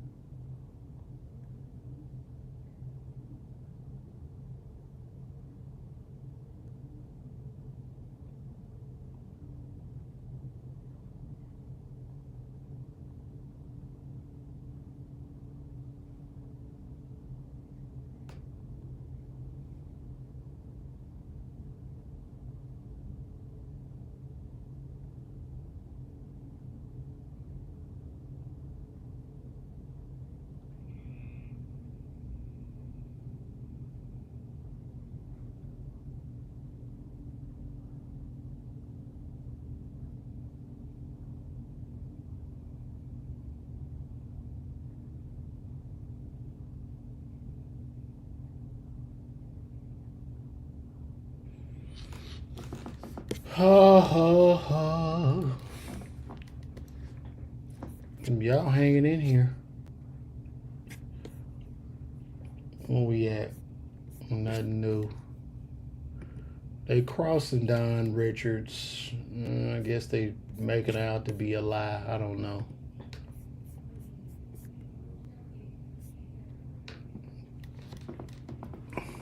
I don't know.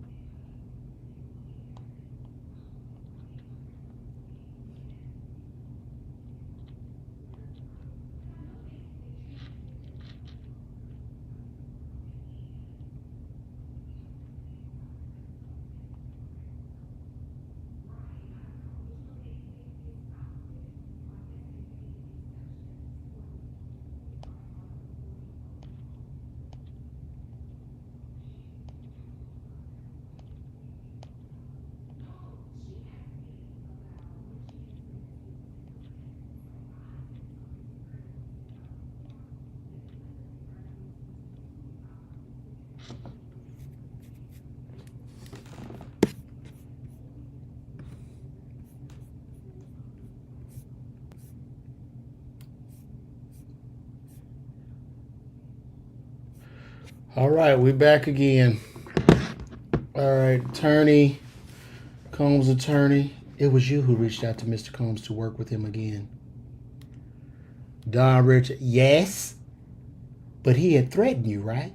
You asked him to work with you again? Yes. Out of here. Out of here. That's it. The fuck. Oh my God. Did y'all hear that? Combs' attorney, Don Richards, is on the stand right now. Combs' attorney just asked, it was you who reached out to Mr. Combs to work with him again. Don Richards' response, yes. But he had threatened you, right?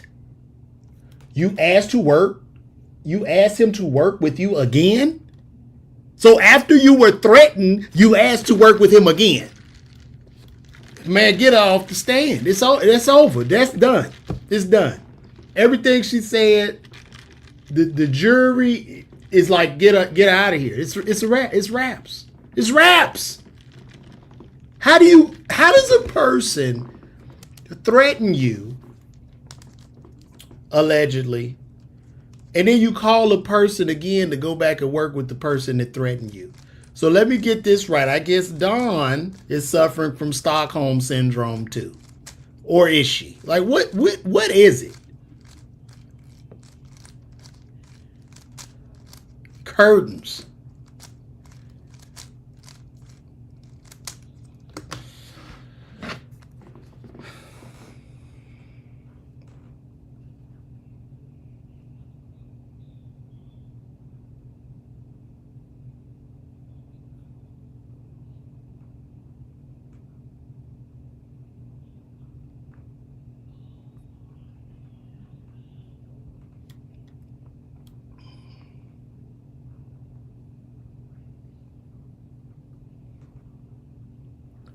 We are Curthanos.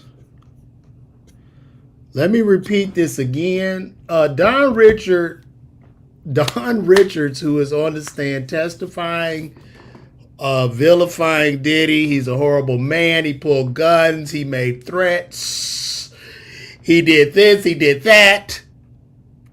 But the woman wasn't working for Diddy and called him back to work for him again. I want any woman or whoever you are to tell me, how in the fuck does that make any sense? Please let me know. Please let me know. She just pulled in chess. I think that would be a checkmate. I think that would be a checkmate.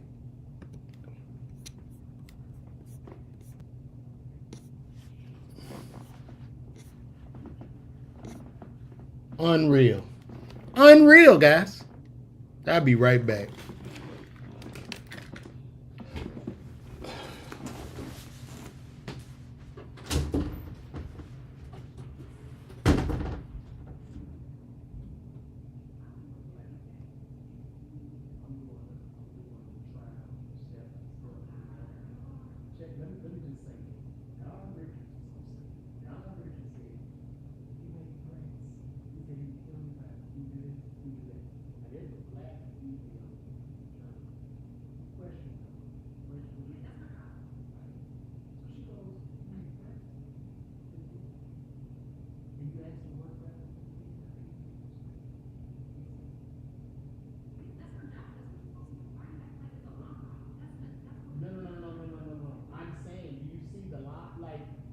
Somebody threatened you. You're not working for me. You asked to work for him again.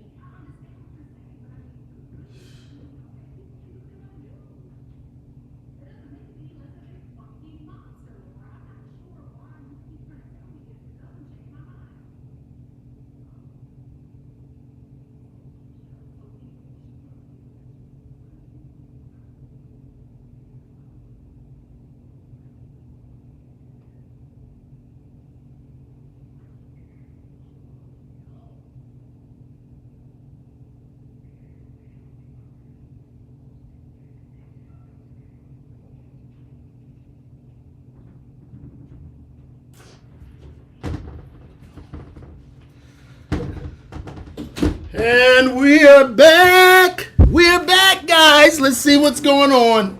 This is crazy. I need one of y'all to tell me.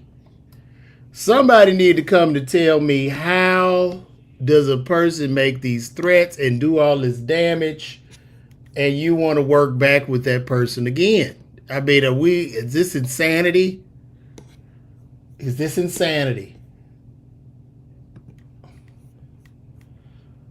Let's see.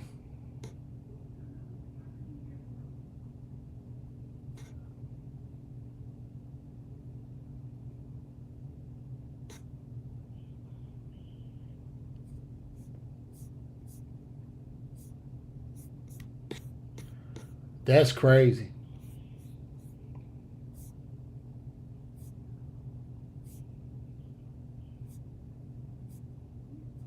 I gotta take a picture of that.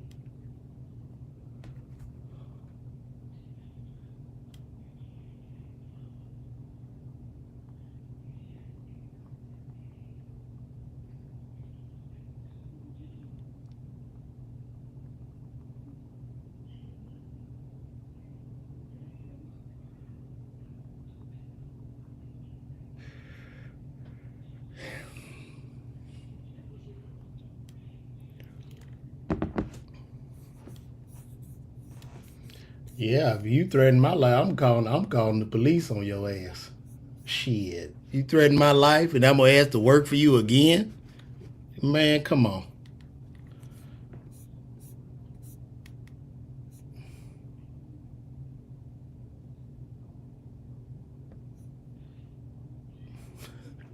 All right, here we go. We back again. So the attorney asked, it was you who reached out to Mr. Combs to work with him again, Don Richard. Yes, but he had threatened you, right? You asked him to work with you again? Yes. Okay. Defense attorney, the songs you released on your own have not reached the level of what you released with Danity Kane and Diddy Dirty Money, right? True. And you reached out to Mr. Combs to try to make more money, right? Yes. Psh, listen, the prosecution need to get off the stand because this is going down rather quickly. This is going down quick, man.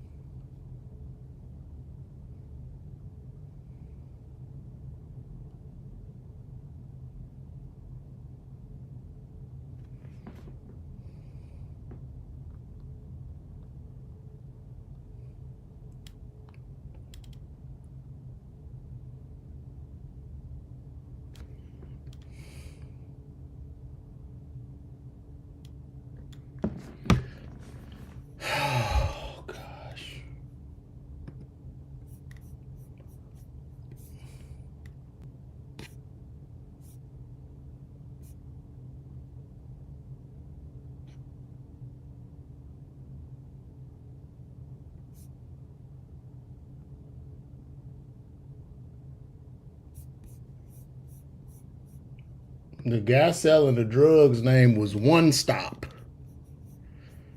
That's what they say. That is crazy. That's crazy. So the attorney asks Don Richards, the songs you released on your own have not reached the level of what you released with Danny Kane and Diddy Dirty Money, right? Don Richards says, true. And you reach out to Mr. Combs to try to make more money, right? Yes. Man, listen. The man gonna walk. Y'all can say what you want. He gonna walk.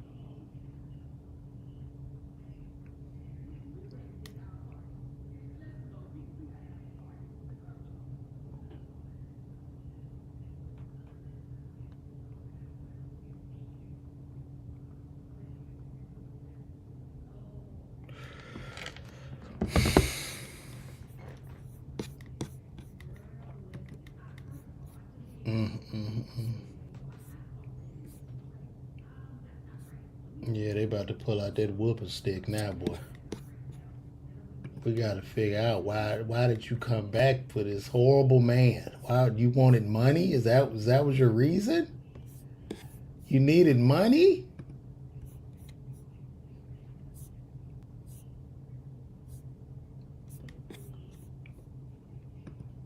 Man, I know. It's just no way. I just don't see this man, bro. Like he's not gonna get a unanimous decision on any of the counts, bro. I don't see it happening. I don't see it happening. They're gonna be at least two men on this jury that will not convict on all counts. It's just not. I don't see him. I do not see him being. I really don't.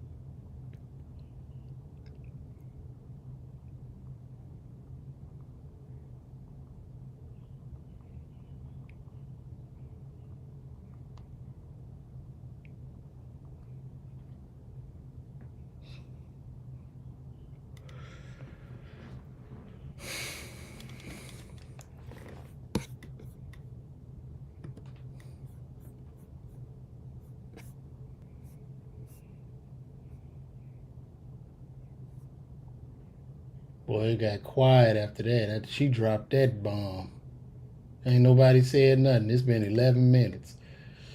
The songs released with Danny Kane and Diddy Dirty Money have never reached the same level as she reached back out to Combs to do some more work because she wanted to get work after the threats, after him being a rotten person, after this, but you wanted the monies.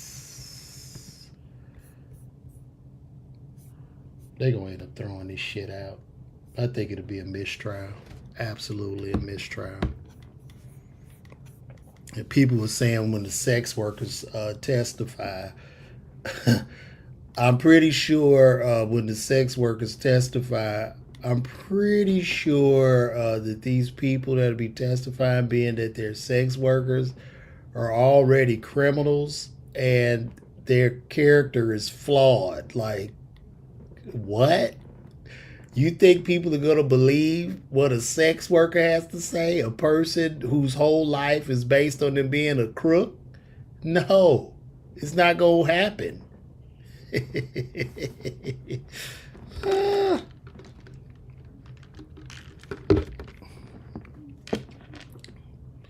We've been on here like 2 hours now. This is cool. I don't mind.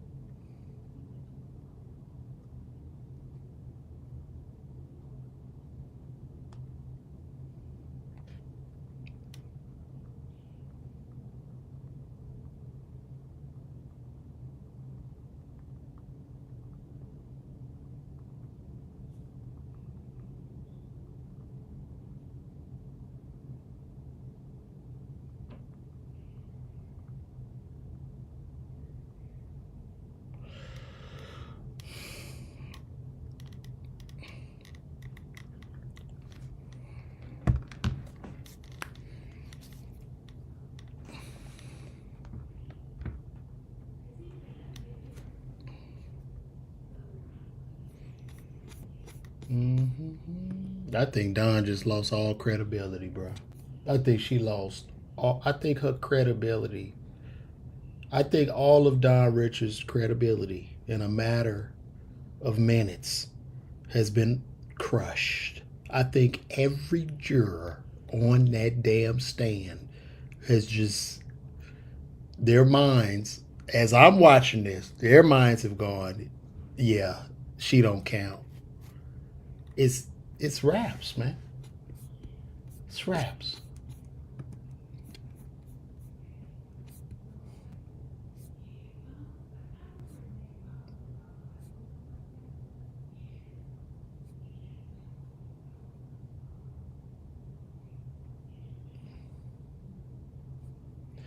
Now the prosecution is back. They're back from long sidebar redirect.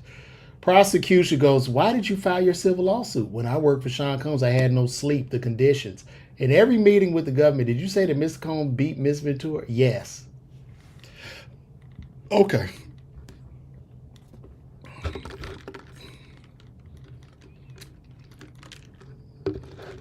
It's a wrap. When I hey, prosecution, the jury has given up. The jury is giving up. Y'all need to get up out of there. Y'all need to go to the next witness. That jury done shut down, man. This horrible person who did all of these bad things, but you needed money again, so you could I come work for you again? Come on, man. Come on. Come on.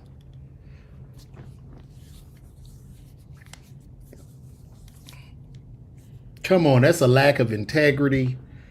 That's just a lack of everything. No morals, no values, nothing.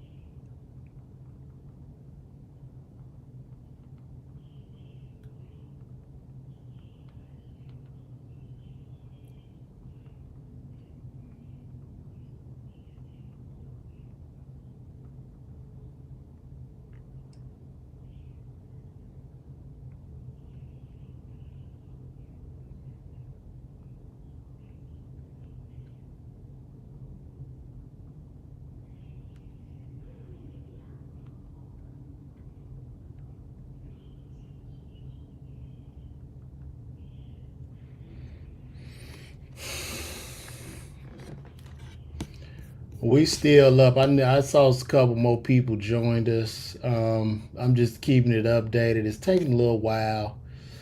They're a little slow in the courtroom. Right now, Don Richards is on the stand. They redirected back to the prosecution, who was asking Don what was going on. The last place we left off was that the defense attorney asked Ms. Richards, did her album, did her solo career do as well, or did she do as well without Diddy as with him? Like, did her solo career do as well as it did when she was with Danity Kane? And that was a no. And then they're trying to figure out, well, if Diddy made these threats on your life, if he was this evil and vicious person, you had stopped working with him for a couple of years, but then you call him looking for a job again. So which one is it? Which one is it? Y'all often, and for the people in here, y'all often talk about entertainers selling their souls. You often talk about Illuminati. You often talk about what people have done to get into position. And these are clear examples of people lacking integrity, selling their souls. And when it doesn't work out, there's a problem. You see what I'm saying? Because that happens more often than not. Because the whole selling of your soul and all that shit, I don't believe in it, but it's some people that are willing to do anything. And I think, like, if you look by a percentage, the people who are willing to do anything, only 1% of them even make it. You know, there's 99% that you still not gonna make it. You done did all this and you're not gonna make it. You're not gonna make it. All right, you could go. You lower your value, you throw away your self-worth, you sell your soul to the devil, and when the devil shows up for payment, you point fingers and it's a problem. No, this is what you did. So stop it. And what's most troubling about this is that there are people really being trafficked who are getting no attention.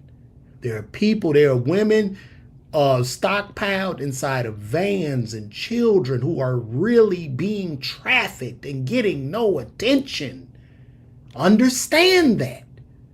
These people are not getting $20 million. They're getting nothing. Once their captors are caught, they get nothing. They will be lucky to get any type of counseling or mental health treatment. Understand that. And meanwhile, while you all celebrate Mike Jeffries, the ex-CEO of Abercrombie & Fitch, is on his yacht after taking the butts of 40 men.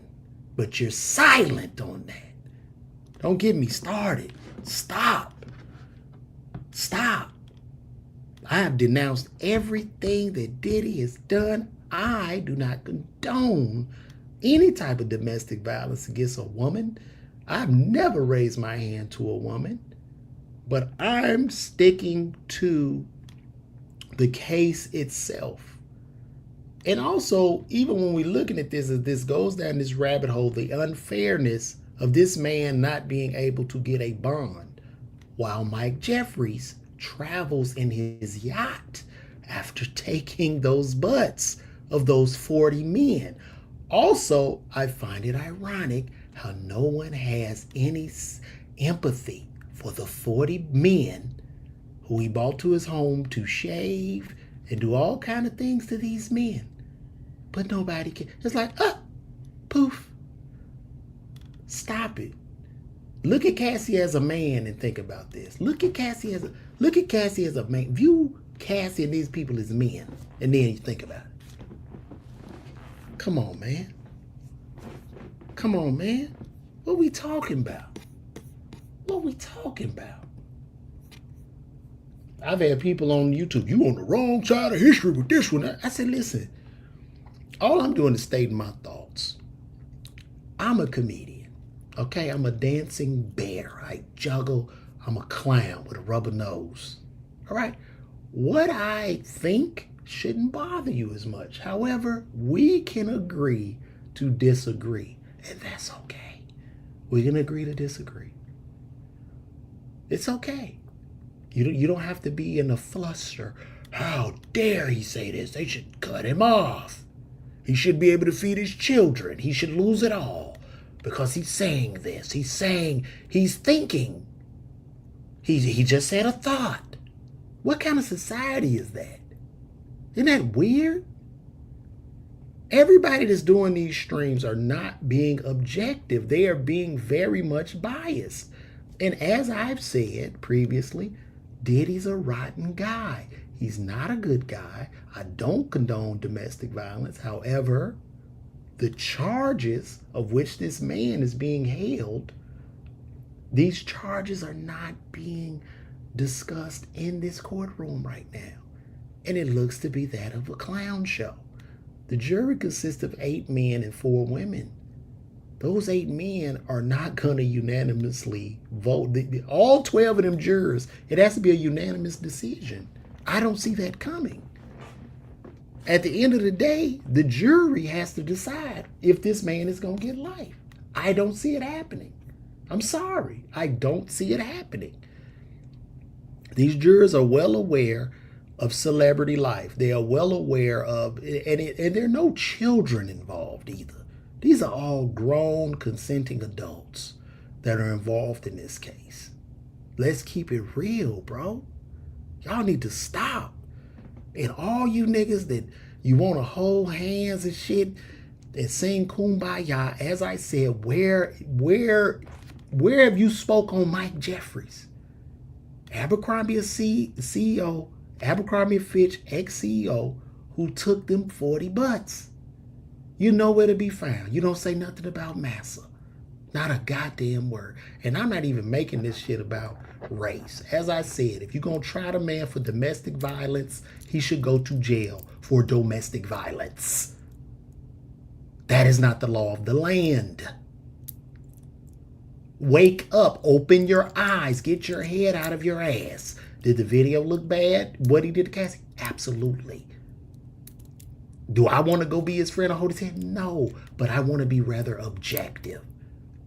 As Harvey at TMZ tears him down, as every race tears this man down, they were not tearing him down when he's making them money.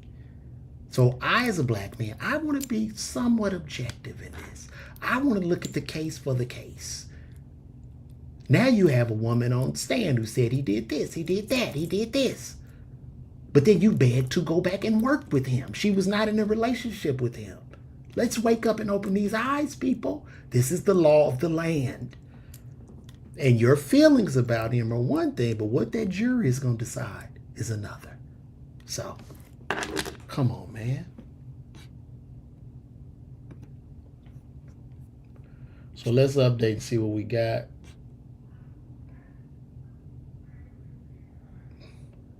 Don Richards' civil lawsuit includes charges of forced labor. I believe that's why she just answered as to no sleep. Forced labor, but you went to work back with him again.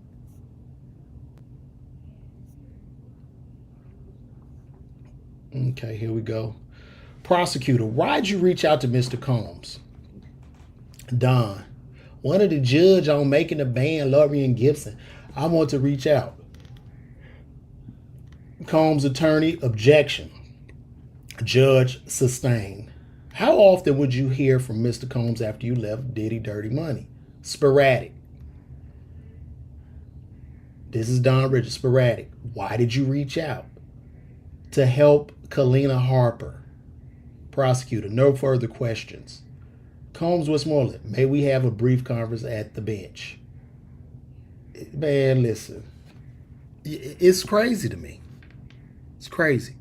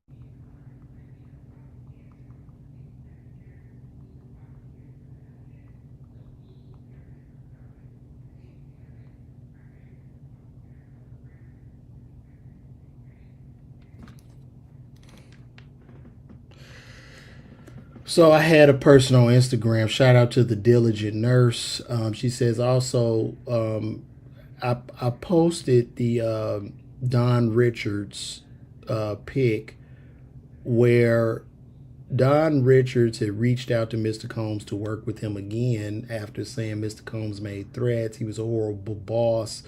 She reached out to work with him again. Now, I don't know how many of you would go back to a job that has done you wrong, where you've been served wrong and your boss makes threats. But maybe I'm wrong in my assessment of that situation. And then the lawyer says he threatened you and you asked to work again, right? And then Don Richards says, okay. So I just asked, she asked to work with him again after being threatened. Can somebody explain this to me? So the diligent nurse, she responds, she comments on my Instagram by saying, let's just say that this is a money grab and spiteful takedown attempt of Diddy. How many people that were on his label got effed over and died penniless? What happened to Biggie? What happened to Kim Porter? Craig Mack, Black Rob died broke. What happened to Shine? Look at how he exploited those kids of making the band, and then it came, please, this is what you call a full circle moment. Let this S ride. And that is true. I think he's a horrible person. However, this is not what he's not on trial for being a horrible person. That's all I'm saying. I'm being objective. I don't think he's a good dude. Yeah, he got over on a lot of people. The whole business has. Every television show, movie you see, it's a highly, look, I'm not saying this right, but the business of entertainment is a very highly exploitive business. You are exploited as an entertainer. A little less so now because with the internet and all these outlets, you can own yourself as an artist. That's why you see me on the air doing lives, doing videos, because I'm independent. I'm not under anybody. I'm not going on the road. I'm not doing the Anne Friends tours. I'm not showing you pictures with Big Brother comic and me under that, because I would rather much be independent, be a man of integrity, and walk my own walk. That's the big difference. However, in this business, it's a very exploitive business. You sign your life away. If you do not read your contract, whose fault is that? I've been presented several contracts. I've been presented with several things where I declined and people call me crazy. But this is the decision I'm making to protect me. These are grown people. These are grown adults. You read that contract. You want to sign, you want to take the 20, 30,000 and you want to be in the video. You want to be famous. You want to be touring. You signed the contract, sir. This is what you did. You took that money and signed that damn contract before having an attorney look at it. This is the business. This, you have to do for self. Understand. Nobody's your friend. Nobody's coming to save you. Nobody. If I come to you and say I give you 10 million, then understand I'm gonna make 100 million off of it. That's why Master P didn't take the deal from the record company while he was broke at the same time. That's why. He was able to make hundreds of millions of dollars because he chose an independent route. Understand. Read your contract. Read the contract. I get it. I know. These evil people. And if you don't think the white people are doing the same thing and worse, you're delusional. You're delusional. Since the beginning of time, one of the most exploited artists in the history of the music business went by the name of Elvis Presley, where his manager received 50% of everything Elvis did and worked Elvis like a dog and had him in Vegas. And he worked him to his death because the manager had a gambling problem. But Elvis was green. He was a teen. He didn't read the contract. He signed his life away. He signed his rights away. This happens often in this business. You want to get in a nice business? Make ice cream. Y'all look at the glitz and the glamour of this shit and think it's all peaches and cream. It's not. It's not. I've been behind the curtain. I see what it is, and I look at it for what it is. When you leave understand this, people. Love stops when you leave the four walls of your house. Love ends. I mean, you might have your mom, dad, immediate family. But after that, it's wraps. Everybody for self.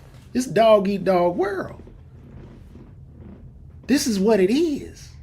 Humans are self-preserving by nature. But you want to feel sorry. Were you feeling sorry for the rapper when the rapper told you, I got more money than you, I take your broad? Working man? Were you feeling sorry for him then? Oh, but you see, the contract wasn't shit, and now it's the record label's fault. But you didn't feel sorry. You didn't feel sorry for him when he pulled up in that car on your ass. When he held the money like right here on you. When he told you were a square and a sucker for going to school. You didn't feel sorry for him then. You danced, nigga. That's what you did. But I'm supposed to feel sorry.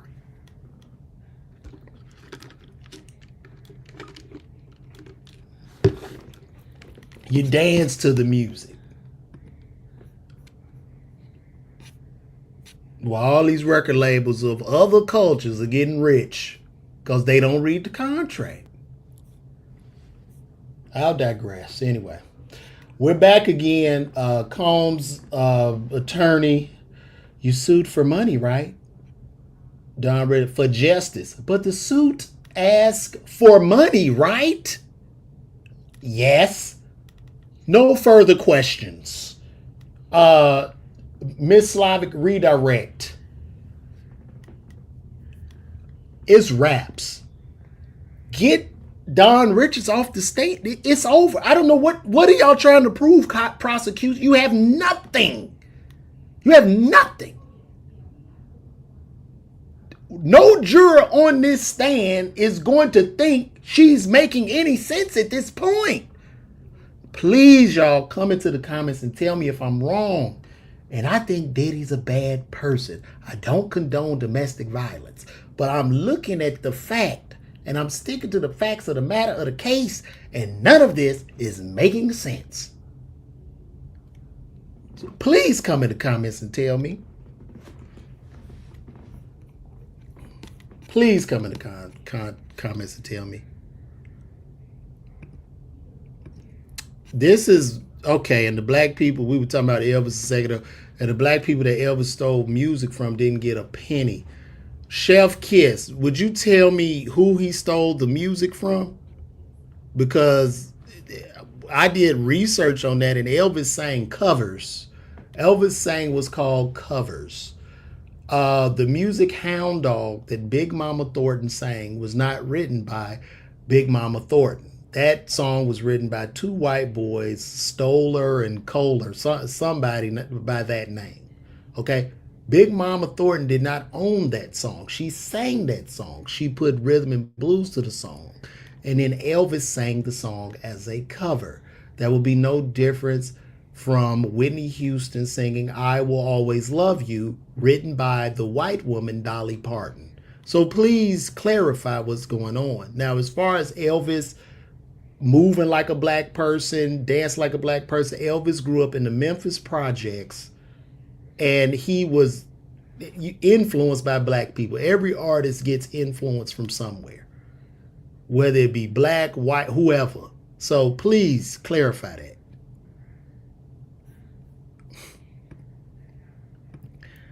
Who owned and wrote the song? That's what you need to, you know what I'm saying? And at the end of the day, the man was still exploited. It does either way. Luther sang covers. He sang a cover written by Dionne Warwick. And once Luther sang that cover, A House Is Not a Home, Dionne Warwick didn't want it back. She said, that's your song. I can't follow that. They sing covers in the music business. I'm sorry. I'm sorry to tell you guys this.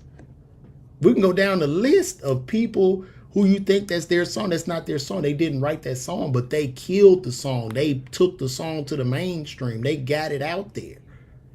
Come on. Beyonce singing Jolene. Beyonce singing Jolene. That was a song written by Dolly Parton. Come on. Like, Elvis, look, I went into a rabbit hole of Elvis because I'm an Elvis fan. I tell y'all right here now, I like Elvis. I'm intrigued by Elvis because Elvis, to me, he was one of the most famous people before people were really famous like that. And it was just interesting to see what he was going through and how he came up. But Elvis was very, very fond of black people. And as a matter of fact, Elvis Presley was so loved by racist whites. The racist white people tried to feed that Elvis was racist to blacks so that black people wouldn't accept him or black people wouldn't listen to his music. That is what happened. Elvis helped a lot of black people in Memphis, Tennessee. He did a lot for black people. His backup singers was black. He did a lot for black people. Cissy Houston, Patti LaBelle. Bro, this man, Jackie, I believe it was Jackie Wilson. Jackie Wilson was sick or something. Elvis took care of that man for years, bro. Like, y'all be tripping with the Elvis thing. He didn't steal the song, Jeremiah. I'm not this. You're not a listen. A lot of artists don't write the songs, bro. The person that wrote the song owns the song. That, I mean, it's a difference between a, what do they call that? A royalty and a mechanical or something. But you got like publishing. I can write my song or I could write a joke. And I own that joke. Well, it don't work that way in comedy. But for instance, if I wrote a joke and I say, yo, man, do this joke. The guy do the joke.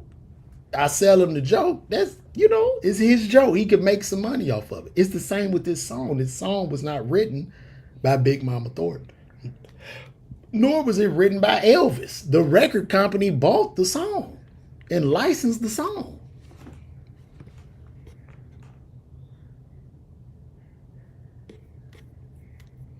Boy, we learning today, y'all.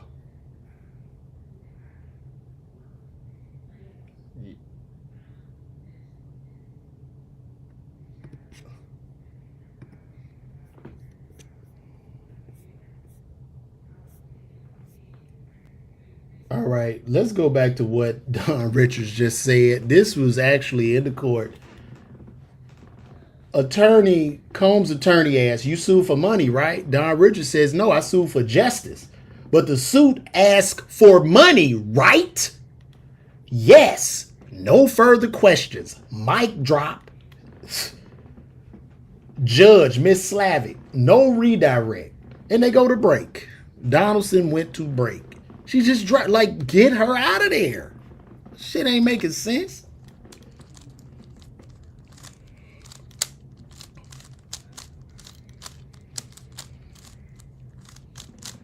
If you listen to them black people in Memphis that work for Elvis, talk about Elvis, they have nothing but high praise for Elvis, man.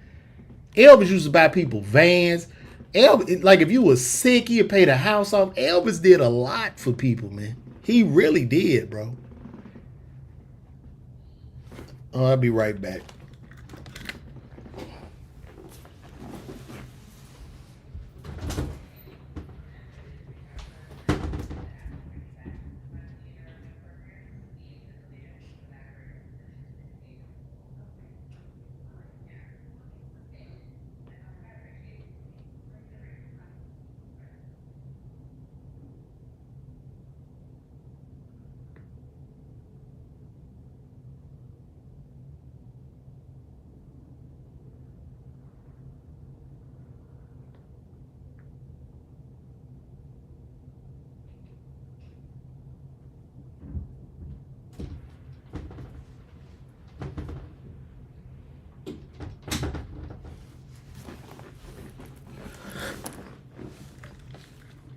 And I think in entertainment too, you got to start holding more people accountable. Listen, when you go over there and sell your soul, it don't work out. That's on you, my boy. What the fuck? I'm not gonna, this is what's happening in entertainment.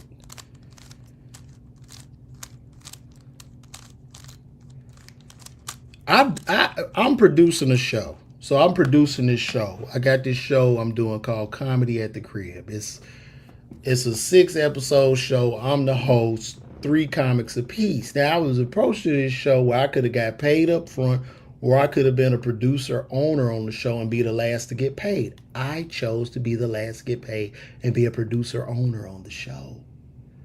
You see what I'm saying? It's decisions.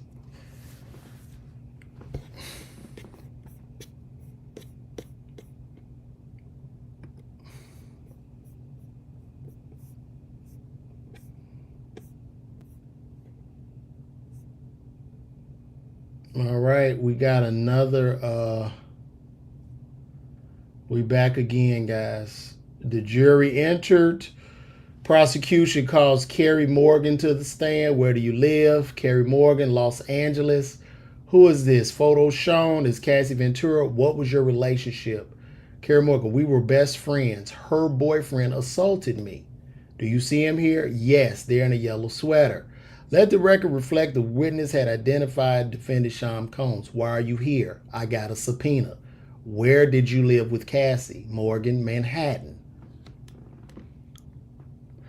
Here we go. Kerry Morgan, guys. I don't know who Kerry Morgan is. I'm about to look that up right now. I guess this is a friend of Cassie.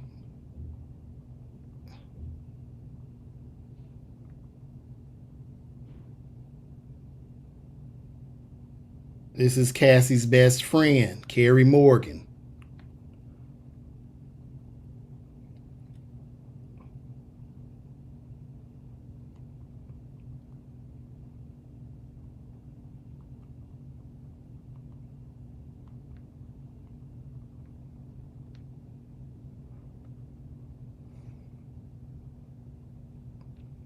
I'm trying to see Kerry Morgan. I don't know.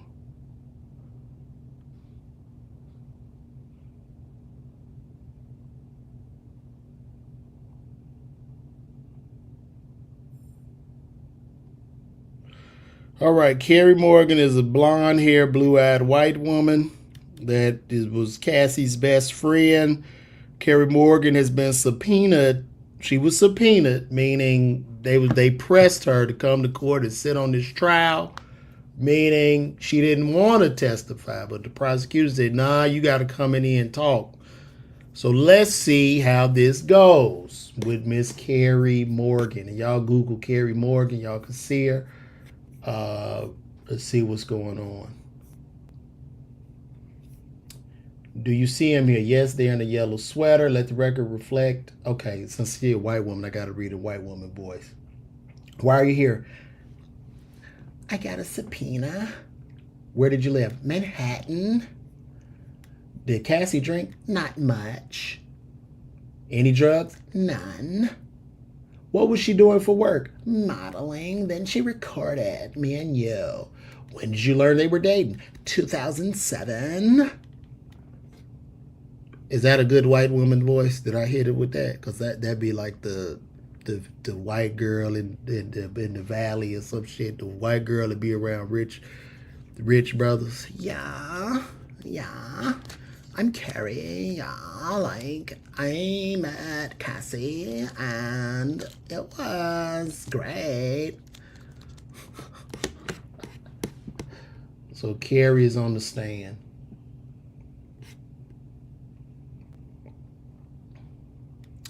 All right, did you travel with Cassie and Mr. Combs? Yes, Ibiza, Miami.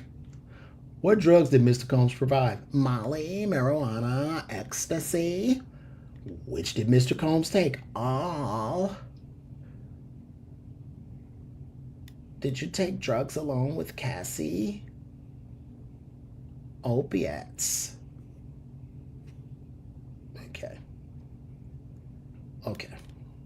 Now, she just said she never saw Cassie take drugs, and now she's saying she took drugs with Cassie. This is another person cooked.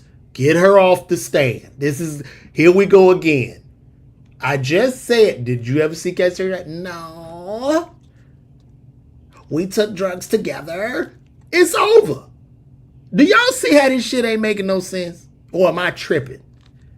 But For whatever reason, people here want to label me. Yeah, he beats women. Yeah, nigga, please.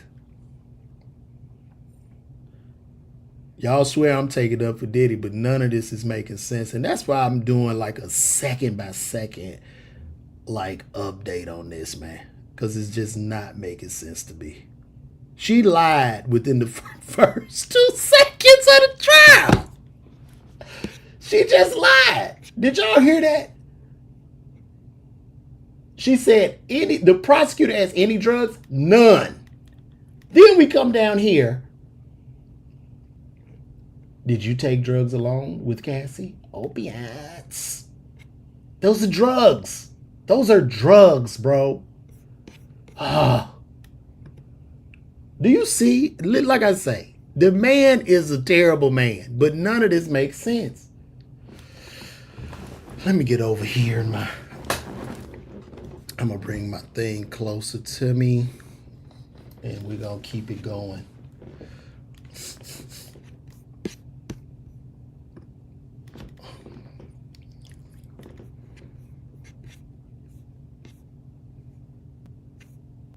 Okay. How did Mr. Combs act? He would yell at Cassie. She lost her confidence big time, lost her spark. Did Mr. Combs talk down to Cassie? Yes, about her looks. Who she talked to? Did he contact you looking for her? A lot.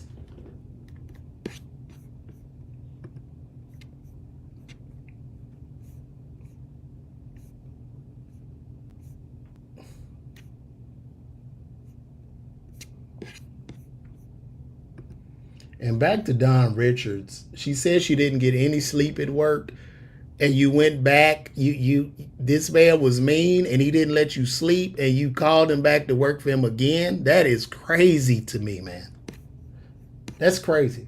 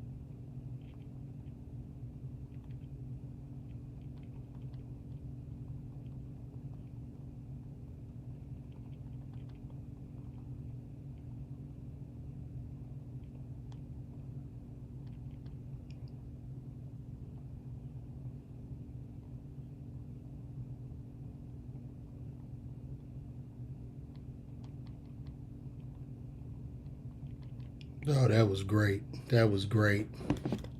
I'm gonna tell y'all something. I gotta share this with y'all. So once again, people are up in arms. I posted the picture of Miss Westmoreland. Well, Westmoreland, the attorney, Diddy's attorney, which she asked, it was you who reached out to Miss Combs, worked for him again. Don Richards said yes, but he had threatened you and you went back. So some chicken head, oh God. So this is what Chicken Head asked me just now. I don't know who this person is. September the mid. So she said, "Sir, you were a pharmacist. I'm sure you know the answer to this." And I said, if I was threatened by an employer, there's no way in hell I'm asking that same employer for a job again. And then she said, wait, she said, "Sir, you were a pharmacist. I'm sure you know the answer to this." And I said, if I was threatened by an employer, there's no way in hell I'm asking for that same employer for a job again. See me at the soup kitchen. The fuck? And what does me being a pharmacist have to do with common sense? So the diligent nurse comes in. If Mike Epps apologized for whooping you and then came to you and offered you a spot on his tour, would you accept? Fuck no. Fuck. See, this is where y'all got me fucked up. You looking at a black man with a doctorate degree in pharmacy. I got out of school at 25 years old, built my house. I had never depended on these jokes, and I still don't need to depend on jokes to feed myself or this family. That's what y'all gotta understand. I have investments, some stock. I got some shit. I got into comedy because it was something that I love to do. So I'm not going to sit here and fucking lack integrity and motherfucking morals.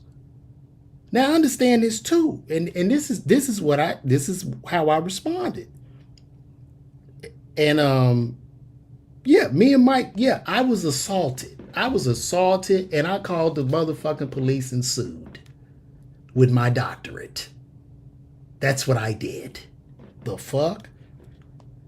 So I responded to this. I said, "You must think I'm starving." I would never, nigga. Let me tell you something. I'm about integrity and morals.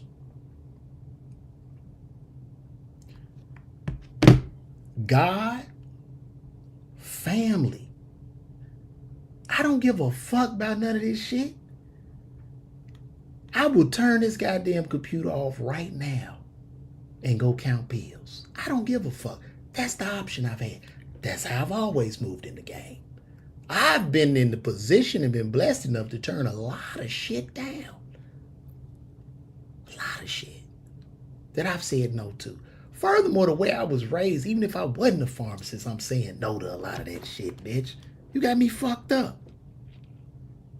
You got me fucked up. That's why a lot of opportunities were passed over me because, man, LeVar too arrogant. LeVar got a car. LeVar got clothes. Like, yeah, because I worked my ass off. You talk to a nigga, from the south side of Chicago, went to Simeon, had a 17 on his ACT, became a pharmacist.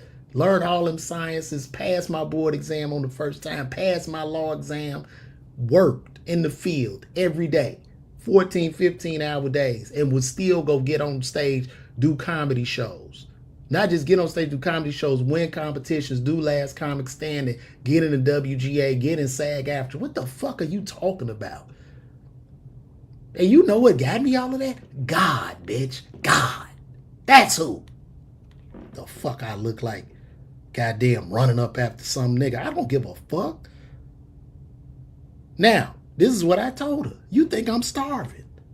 I would never ask that nigga to take me on no motherfucking tour or nothing. I don't need that nigga for nothing.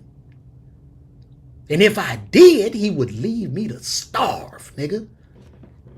He would starve me. So I said I would never. Furthermore, bitch, you can check us out in the movie Uncle Drew. You know why I'm in Uncle Drew with him? He ain't had no motherfucking choice. That's God working.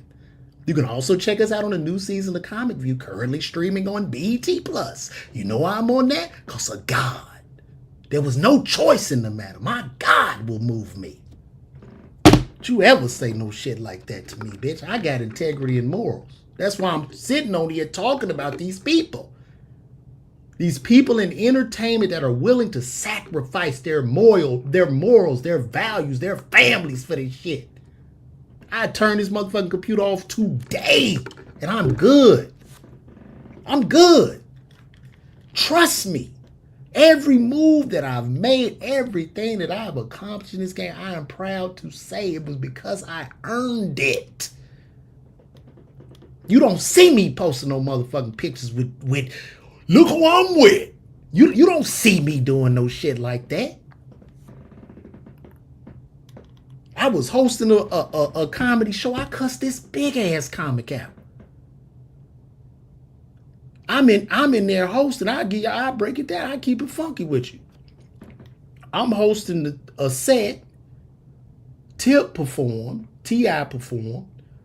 So this old washed comic, him and T.I. start going into it because he gets on stage. He jumps on T.I. literally berating him, Tiny in the audience. I'm the host. I approach the stage just to calm it down. I'm like, yo, like, we good. T.I. go sit in front of him. Tip holler out, if anybody, I'll pay anybody $250,000 not to even be on this show, because he said he had a show or something coming out. I'm trying to calm the situation down. Let me tell you how people work in this business. In that moment, when Tip came in that nigga's face, he deflected to me. So he thought, since I'm less famous and I'm a lower tier comic or some shit that he don't know, he gonna jump on me. I tore his ass apart. I don't know if y'all seen me roast, but I'm petty. I told that motherfucker some shit that fucked him up. And when he came to me, after I cussed him out, because I said, let me tell you what you're not going to do. I don't have shit to do with you and T.I. getting into a roast. But what you're not going to do is deflect and jump to me because I'm the weaker link. And I told him, I looked him in the face. Y'all can ask people. I looked him in the face. I said, let me tell you something. You in Atlanta, motherfucker. That L.A. Hollywood shit, it don't work here. I have money. I can survive. I don't give a fuck about you. Like, I really chopped him down. He came to me, he tried to apologize. And I told him, I accept your apology. However, I will never look at you the same way again. Because you saw me weak. And you a bully, bro. And I don't respect you. I have no respect for you anymore. Had you stayed back, either going with Tip or just respecting and bringing it down, because I didn't want nothing to kick off, I would respect you. But no. You said, let me jump on him because that's the weakest link. Until I lit that ass up. And you was standing there holding that mic looking stupid. Because you were so used to them dirty ass comics kissing your black ass. You were used to that. Well, you got used to me real quick. And I set his ass straight. And when I came home, I felt good. Because I'm not going to bring this shit to my family. The fuck? Trust me, Dr. LeVar Walker will shut this shit down and be okay. That's what y'all got to understand. I'm different. I can keep up with all these niggas on stage, burn half of them, and I have a doctorate. But you know why I'm looked over? Because I'm black with the doctorate. And in the black comedy community, in black entertainment, they don't want no nigga that's smart. I need to be a ghetto hood thug ass nigga talking about fucking on stage for 2 hours for me to get any type of relevance. So I'm building my own path. I'm cutting through the trees. I'm building a path for me independently. I am here to entertain black people, not niggas. Even though I can. Even though I came up in the most gutter ass rooms, the bottom of the barrel rooms, I can do it better than them. So don't ever question my goddamn integrity. You got me fucked up. And I'm sitting up here telling y'all I'm not feeling sorry for these people because I understand the nature of this entertainment business. You think any of these motherfuckers will go get a job? No, they won't. While your black ass is working and taking up for these so-called entertainers and celebrities, they looking down on you. Yeah, you up in your feelings. That bitch ain't gonna go get a job at Walmart. She ain't gonna do it. She's not. She ain't gonna go to Dollar Tree and work. She ain't gonna do it. And she gonna talk about your ass when you go in there. That's this business. While y'all being coddling and calling me crazy and all that, yeah, this real talk. The fuck, y'all got me fucked up. I ain't never asked no nigga for nothing in this business. You better check my resume. Shit, who have I asked? Find him. Find the person that I was like, hey, take me on the road. The fuck? All right, here we are back again. Prosecutor, and the next time, Carrie Morgan in Jamaica. Okay, this is the white lady. In Jamaica, I saw him drag her by her hair. I ran back to get my purse and phones so we could leave. What did you see next? I thought she was knocked out. Then she got up and ran into a wooded area. What happened next? There were 2 golf carts in the driveway. I got in one, and Sean got in the other. We went in different directions looking for Cassie. Did you find her? Yes. Then we hid in a ditch, whispering. All right, let's see how this goes.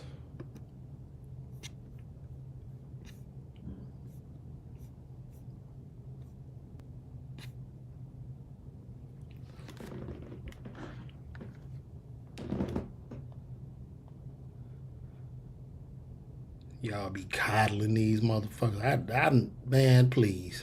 I done seen a lot behind that curtain. I done seen some of the biggest. I've been disgusted at what I've seen. I've seen some of the people that the dudes call themselves street dudes and tough. I see them tap dancing behind that curtain for them white folks. You would be amazed what I've seen. They turn into teddy bears for the white people, but want to kick your black ass back in. But for them white people, yes sir, massa. But want to kick your back in. I've seen it. Shit.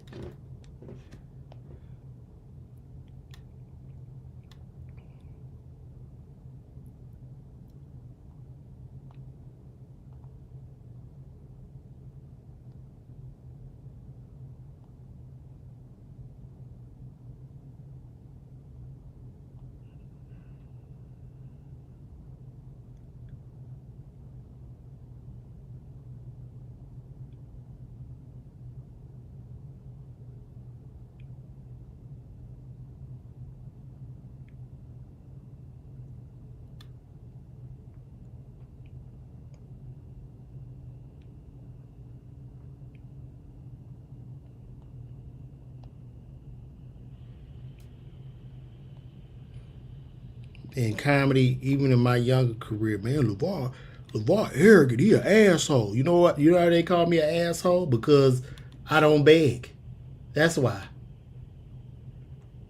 I don't beg. I'm gonna pull up fresh in a whip, nice, cool whip or whatever, and I'm not begging. I'm not begging. I'm not asking for shit. Just not.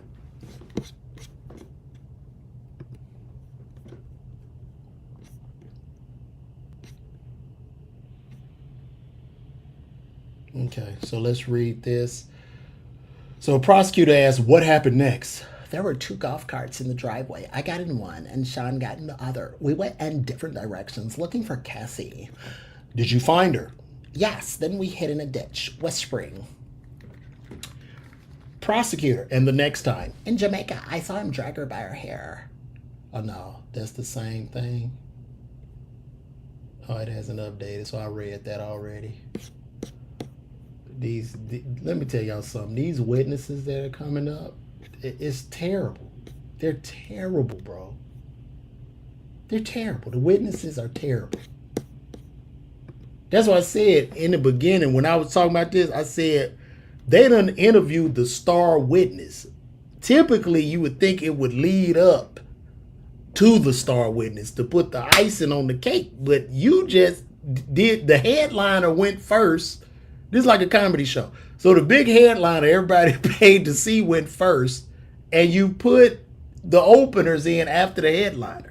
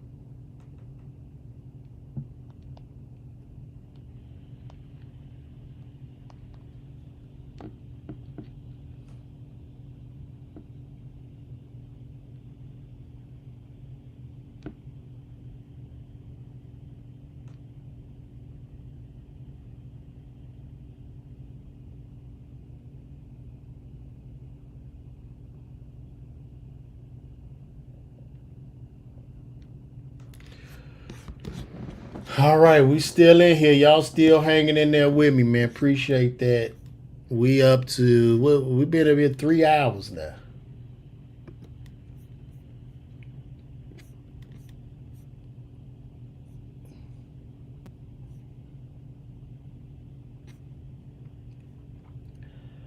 All right, here's the prosecution.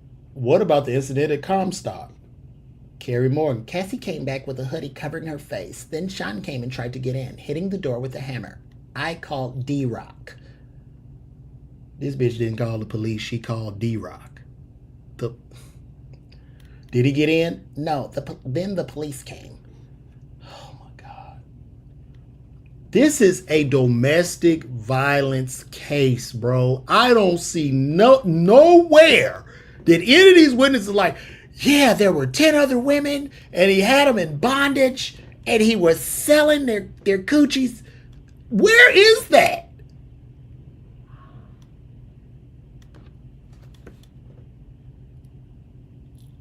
How you hear me through the door? My wife cussing me out, telling me to quit hollering.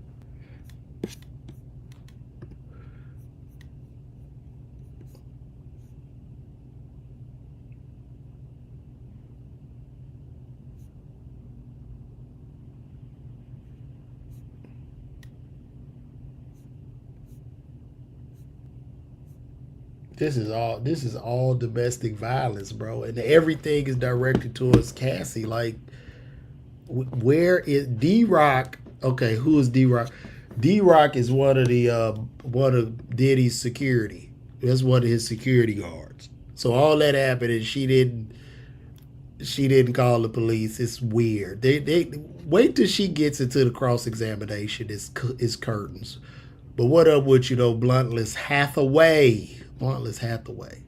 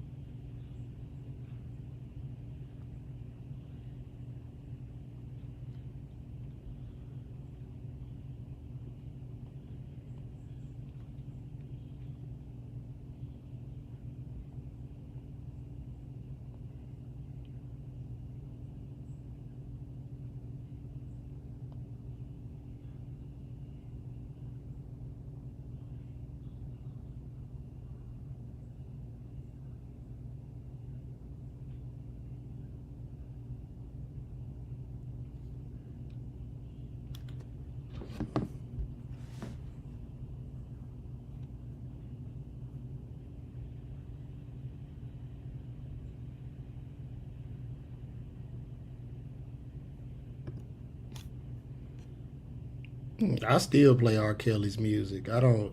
That shit ain't got nothing to do with me. I play it. Give a fuck. I surely do. I surely do. Hell, Elvis married a 13-year-old. I listen to him. I'm gonna play R. Kelly. Shit.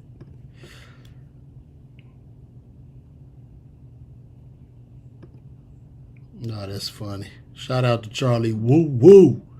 I see you, Charlie Woo Woo.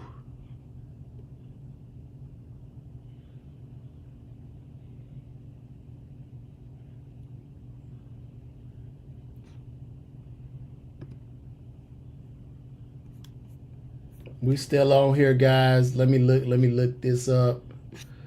This is what stream it is.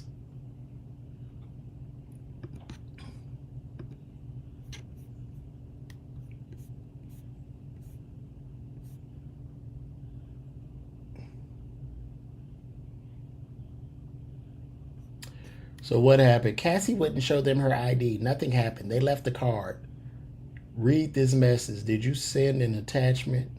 Yes, a photo of the card the detective left. Bro, they definitely not about to get him on racketeering. It's just not happening.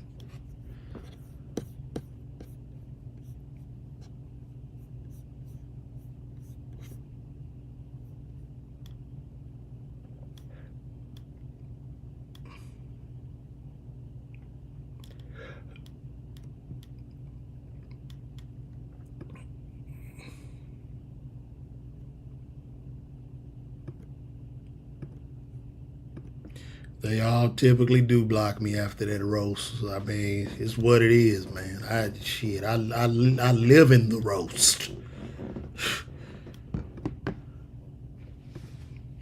This is a long cat thing. I mean, yeah, we know he's a domestic abuser. We know that. But he's being tried once again for racketeering, for sex trafficking, and taking a sex worker across state lines. Those are the three charges. That's it. Those are the three charges. So I don't like, we know this. We know he is a domestic abuser, right? But this appears to be just between him and Cassie. I haven't heard about any other women that he's in relationships with, that he's jumping on and doing these bad things to. I haven't heard of any other women that he bought, that he paid for, or that he was pimping. I haven't heard of. Like, what we doing? It's all good, Charlie, man. You still the homie, though.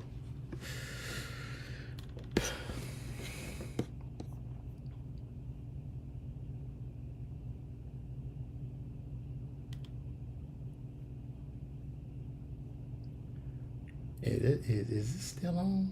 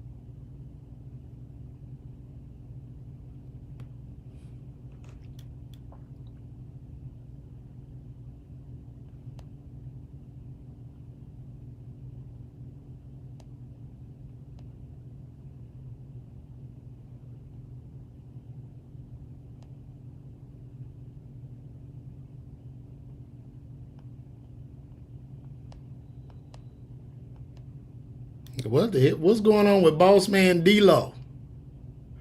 They saying Boss Man D-Lo, the D-Lo is really for D-Lo. That's what he's saying about Boss Man D-Lo.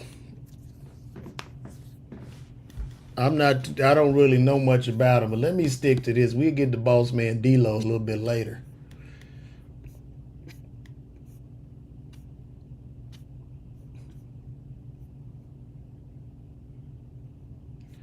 All right, nothing happened. We still waiting. She's about to go to cross-examination shortly. Okay.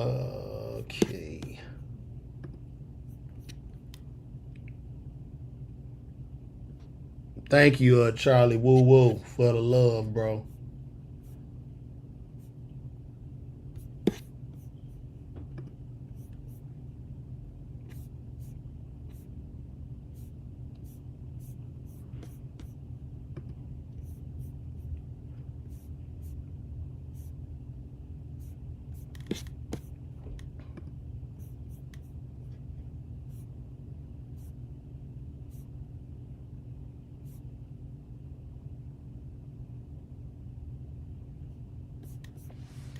All right, they still searching. I did see that boat hit that bridge. That was wild. 2 people passed, unfortunately. My thoughts and prayers go out to those people, man. Very unfortunate.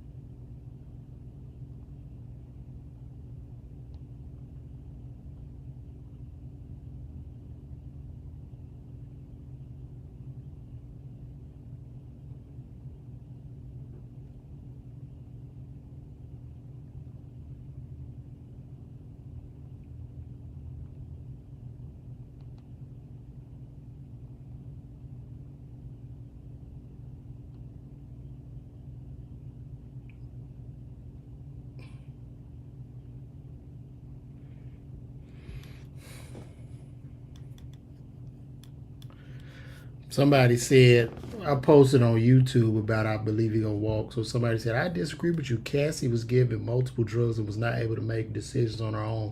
Addiction takes away proper decision ability. Read about what drug addiction does in any psychology manual. Okay, that's great. But Diddy was on drugs too. They were both on drugs. So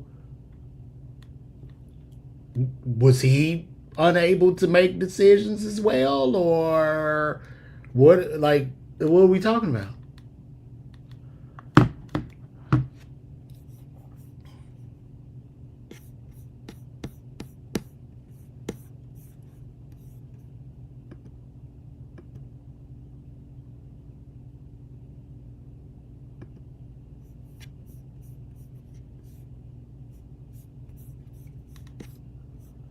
Let me see.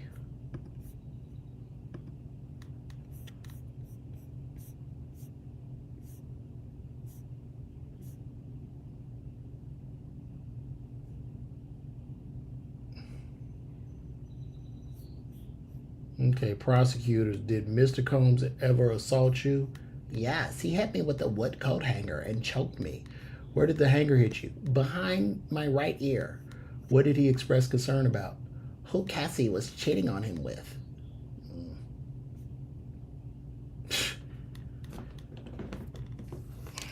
Okay. Okay. So the white blonde hair, blue eyed woman said that Diddy hit her, and she didn't say nothing. Okay. Okay. I'm all right. Okay. Okay. And we're just not learning of this. Okay. Okay.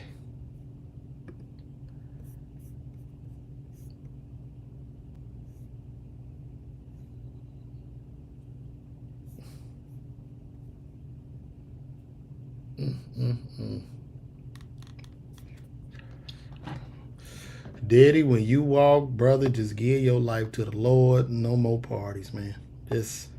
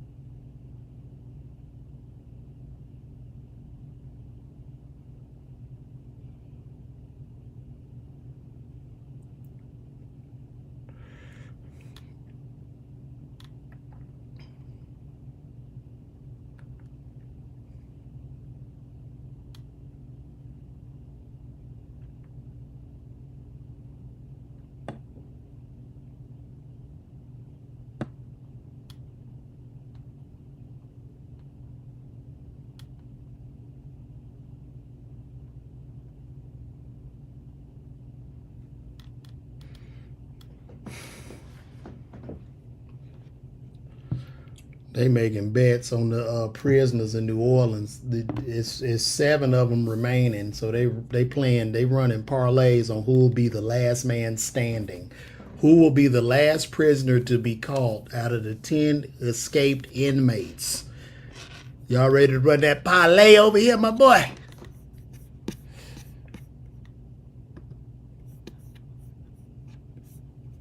That would have been a good ad. That would have been a good ad spot for one of them gambling websites right there.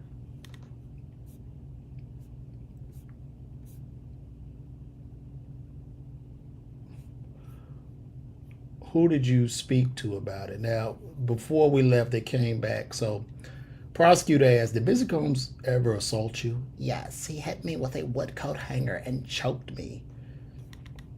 "Where did the hanger hit you?" "Behind my right ear." "What did he express concern about?" "Who Cassie was cheating on him with." "Who did you speak to about it?" "Ryan, Sean's old assistant." "What did he do?" "Nothing. I have not spoken with Cassie since." "And you didn't call the police either, right?" White woman. So that nigga came in there and choked you, and this white woman didn't call. This white woman didn't call the police on this nigga.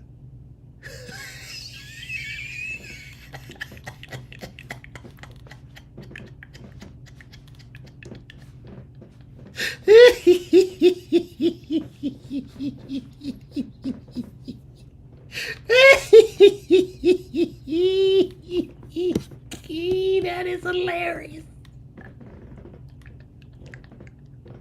For that kind of payday? Right. Okay. I believe you. I believe that.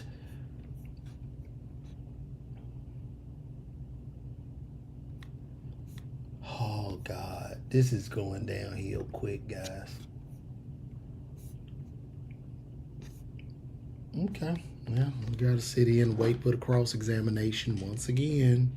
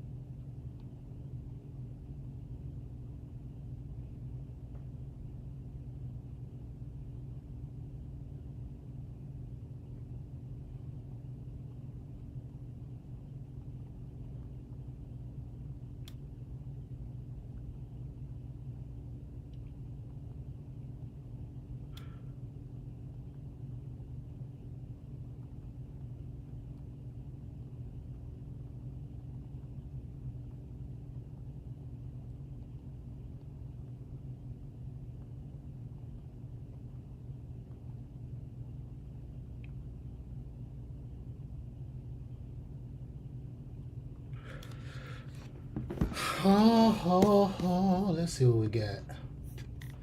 Come on. Won't have nothing. They chilled for a second. That cross exam, boy, they going through them papers, man.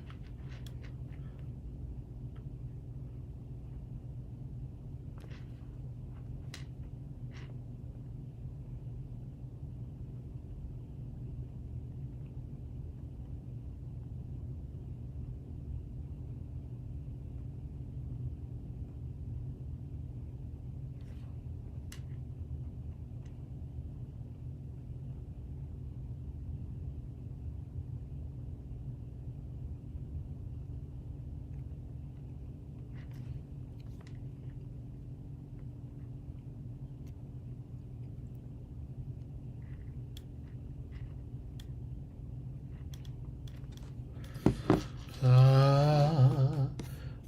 la la la la. Come on, we got anything, guys? Okay. After Diddy choked her and hit her, she didn't speak to Cassie anymore after that.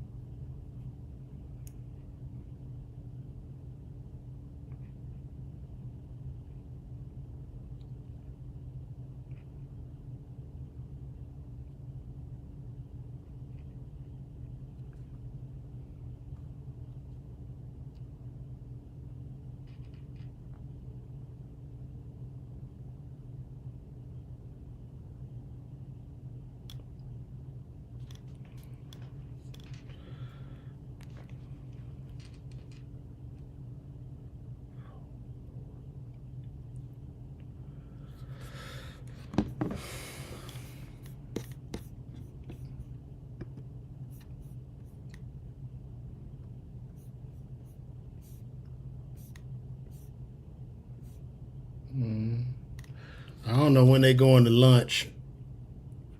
I don't know.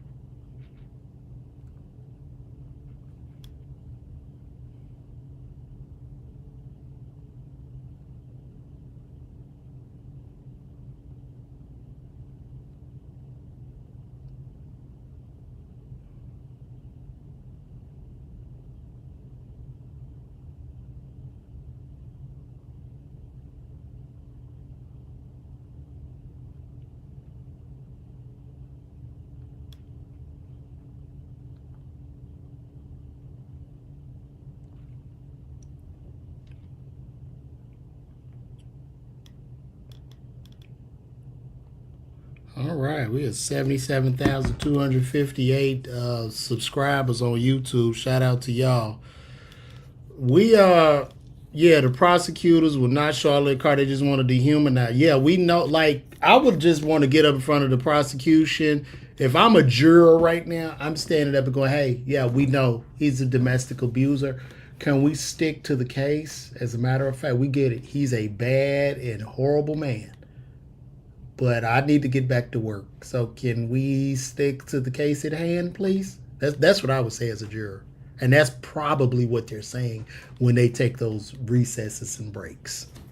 That is exactly what they're saying.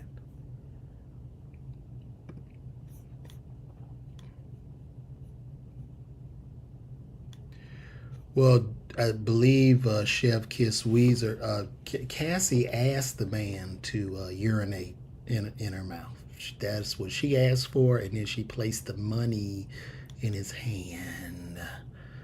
Okay. So, with her placing the money in sex workers' hand and paying sex workers, doesn't that make her guilty of breaking this person across state lines? Or am I tripping? We're going to see. I just don't. I think this thing is going downhill rather rapidly. And I think after he walks, some heads will roll in the Southern Department of New York. And, you're going to have to get back to basics because I just think the video is what even has him on trial. The video, which she launched the suit, he paid, then the video comes out. After the video comes out, this leads to everything else. But I think they might have been a little bit too quick or overzealous with the RICO charge. Maybe they didn't. Maybe he should have went to jail, but they didn't really get him on the right charges, right? Like, I don't know, but it's just weird. If you believe that jury members don't know him, you are insane. Who the? That's a lie. I don't believe no jury members on that jury don't know this man. That's impossible. Impossible. Even if they don't, they got a family member that know him.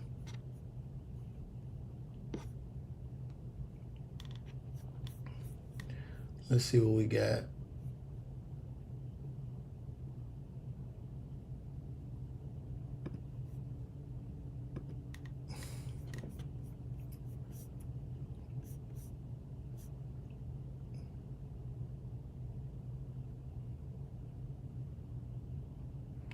All right, jury is out to lunch.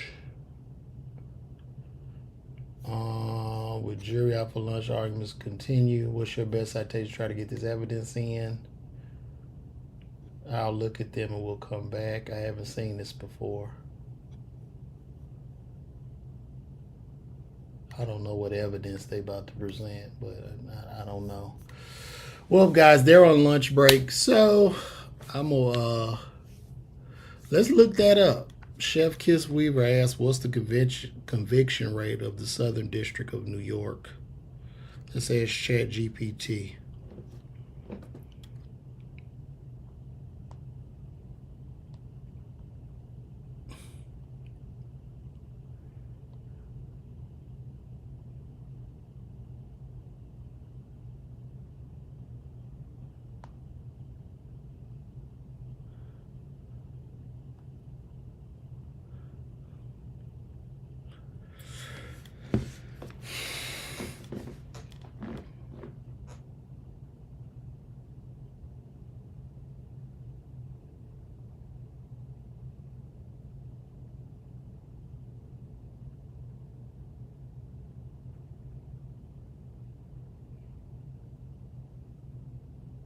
All right, this is what it says.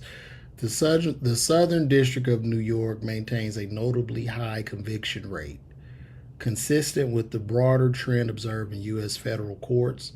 While specific conviction rates for Southern District of New York are not detailed in the available data, it's important to note that the U.S. federal court system as a whole has a conviction rate of approximately 99.8%. This high conviction rate is largely attributed to the fact that the majority of federal cases are resolved through guilty pleas rather than trials. For instance, in fiscal year 2023, 97.2% of federal cases nationwide were resolved via guilty pleas, with only 2.8% proceeding to trial. This trend is indicative of the federal prosecution strategy, which often involves building strong cases that encourages defendants to accept plea deals. Southern District of New York's reputation for handling complex and high-profile cases, particularly in areas like financial crimes, terrorism, and public corruption, further underscores its rigorous prosecutorial approach. The district's emphasis on thorough investigations and substantial evidence collection contributes to its high success rate in securing convictions. So, This is what the reputation, reputation for Southern District of New York, as we say, crimes, financial crimes, terrorism, and public corruption. Okay, they're not like, I don't know. I think they overzealous. Now I want to say, what is the conviction rate with? Okay, what is the S? Let me just ask it. What is the Southern District of New York's conviction rate of? Damn. What is the conviction rate of cases that go to trial? What is the Southern District of New York's conviction rate of cases that proceed to trial? Understand, that's a 99% conviction rate because of pleas.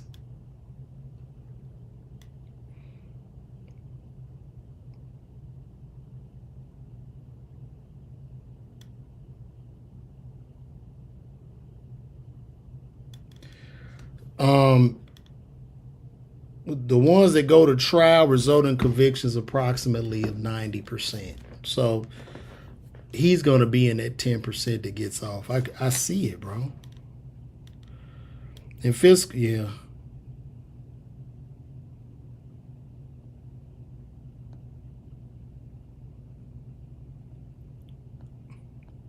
They gonna keep trying to cop pleas with him.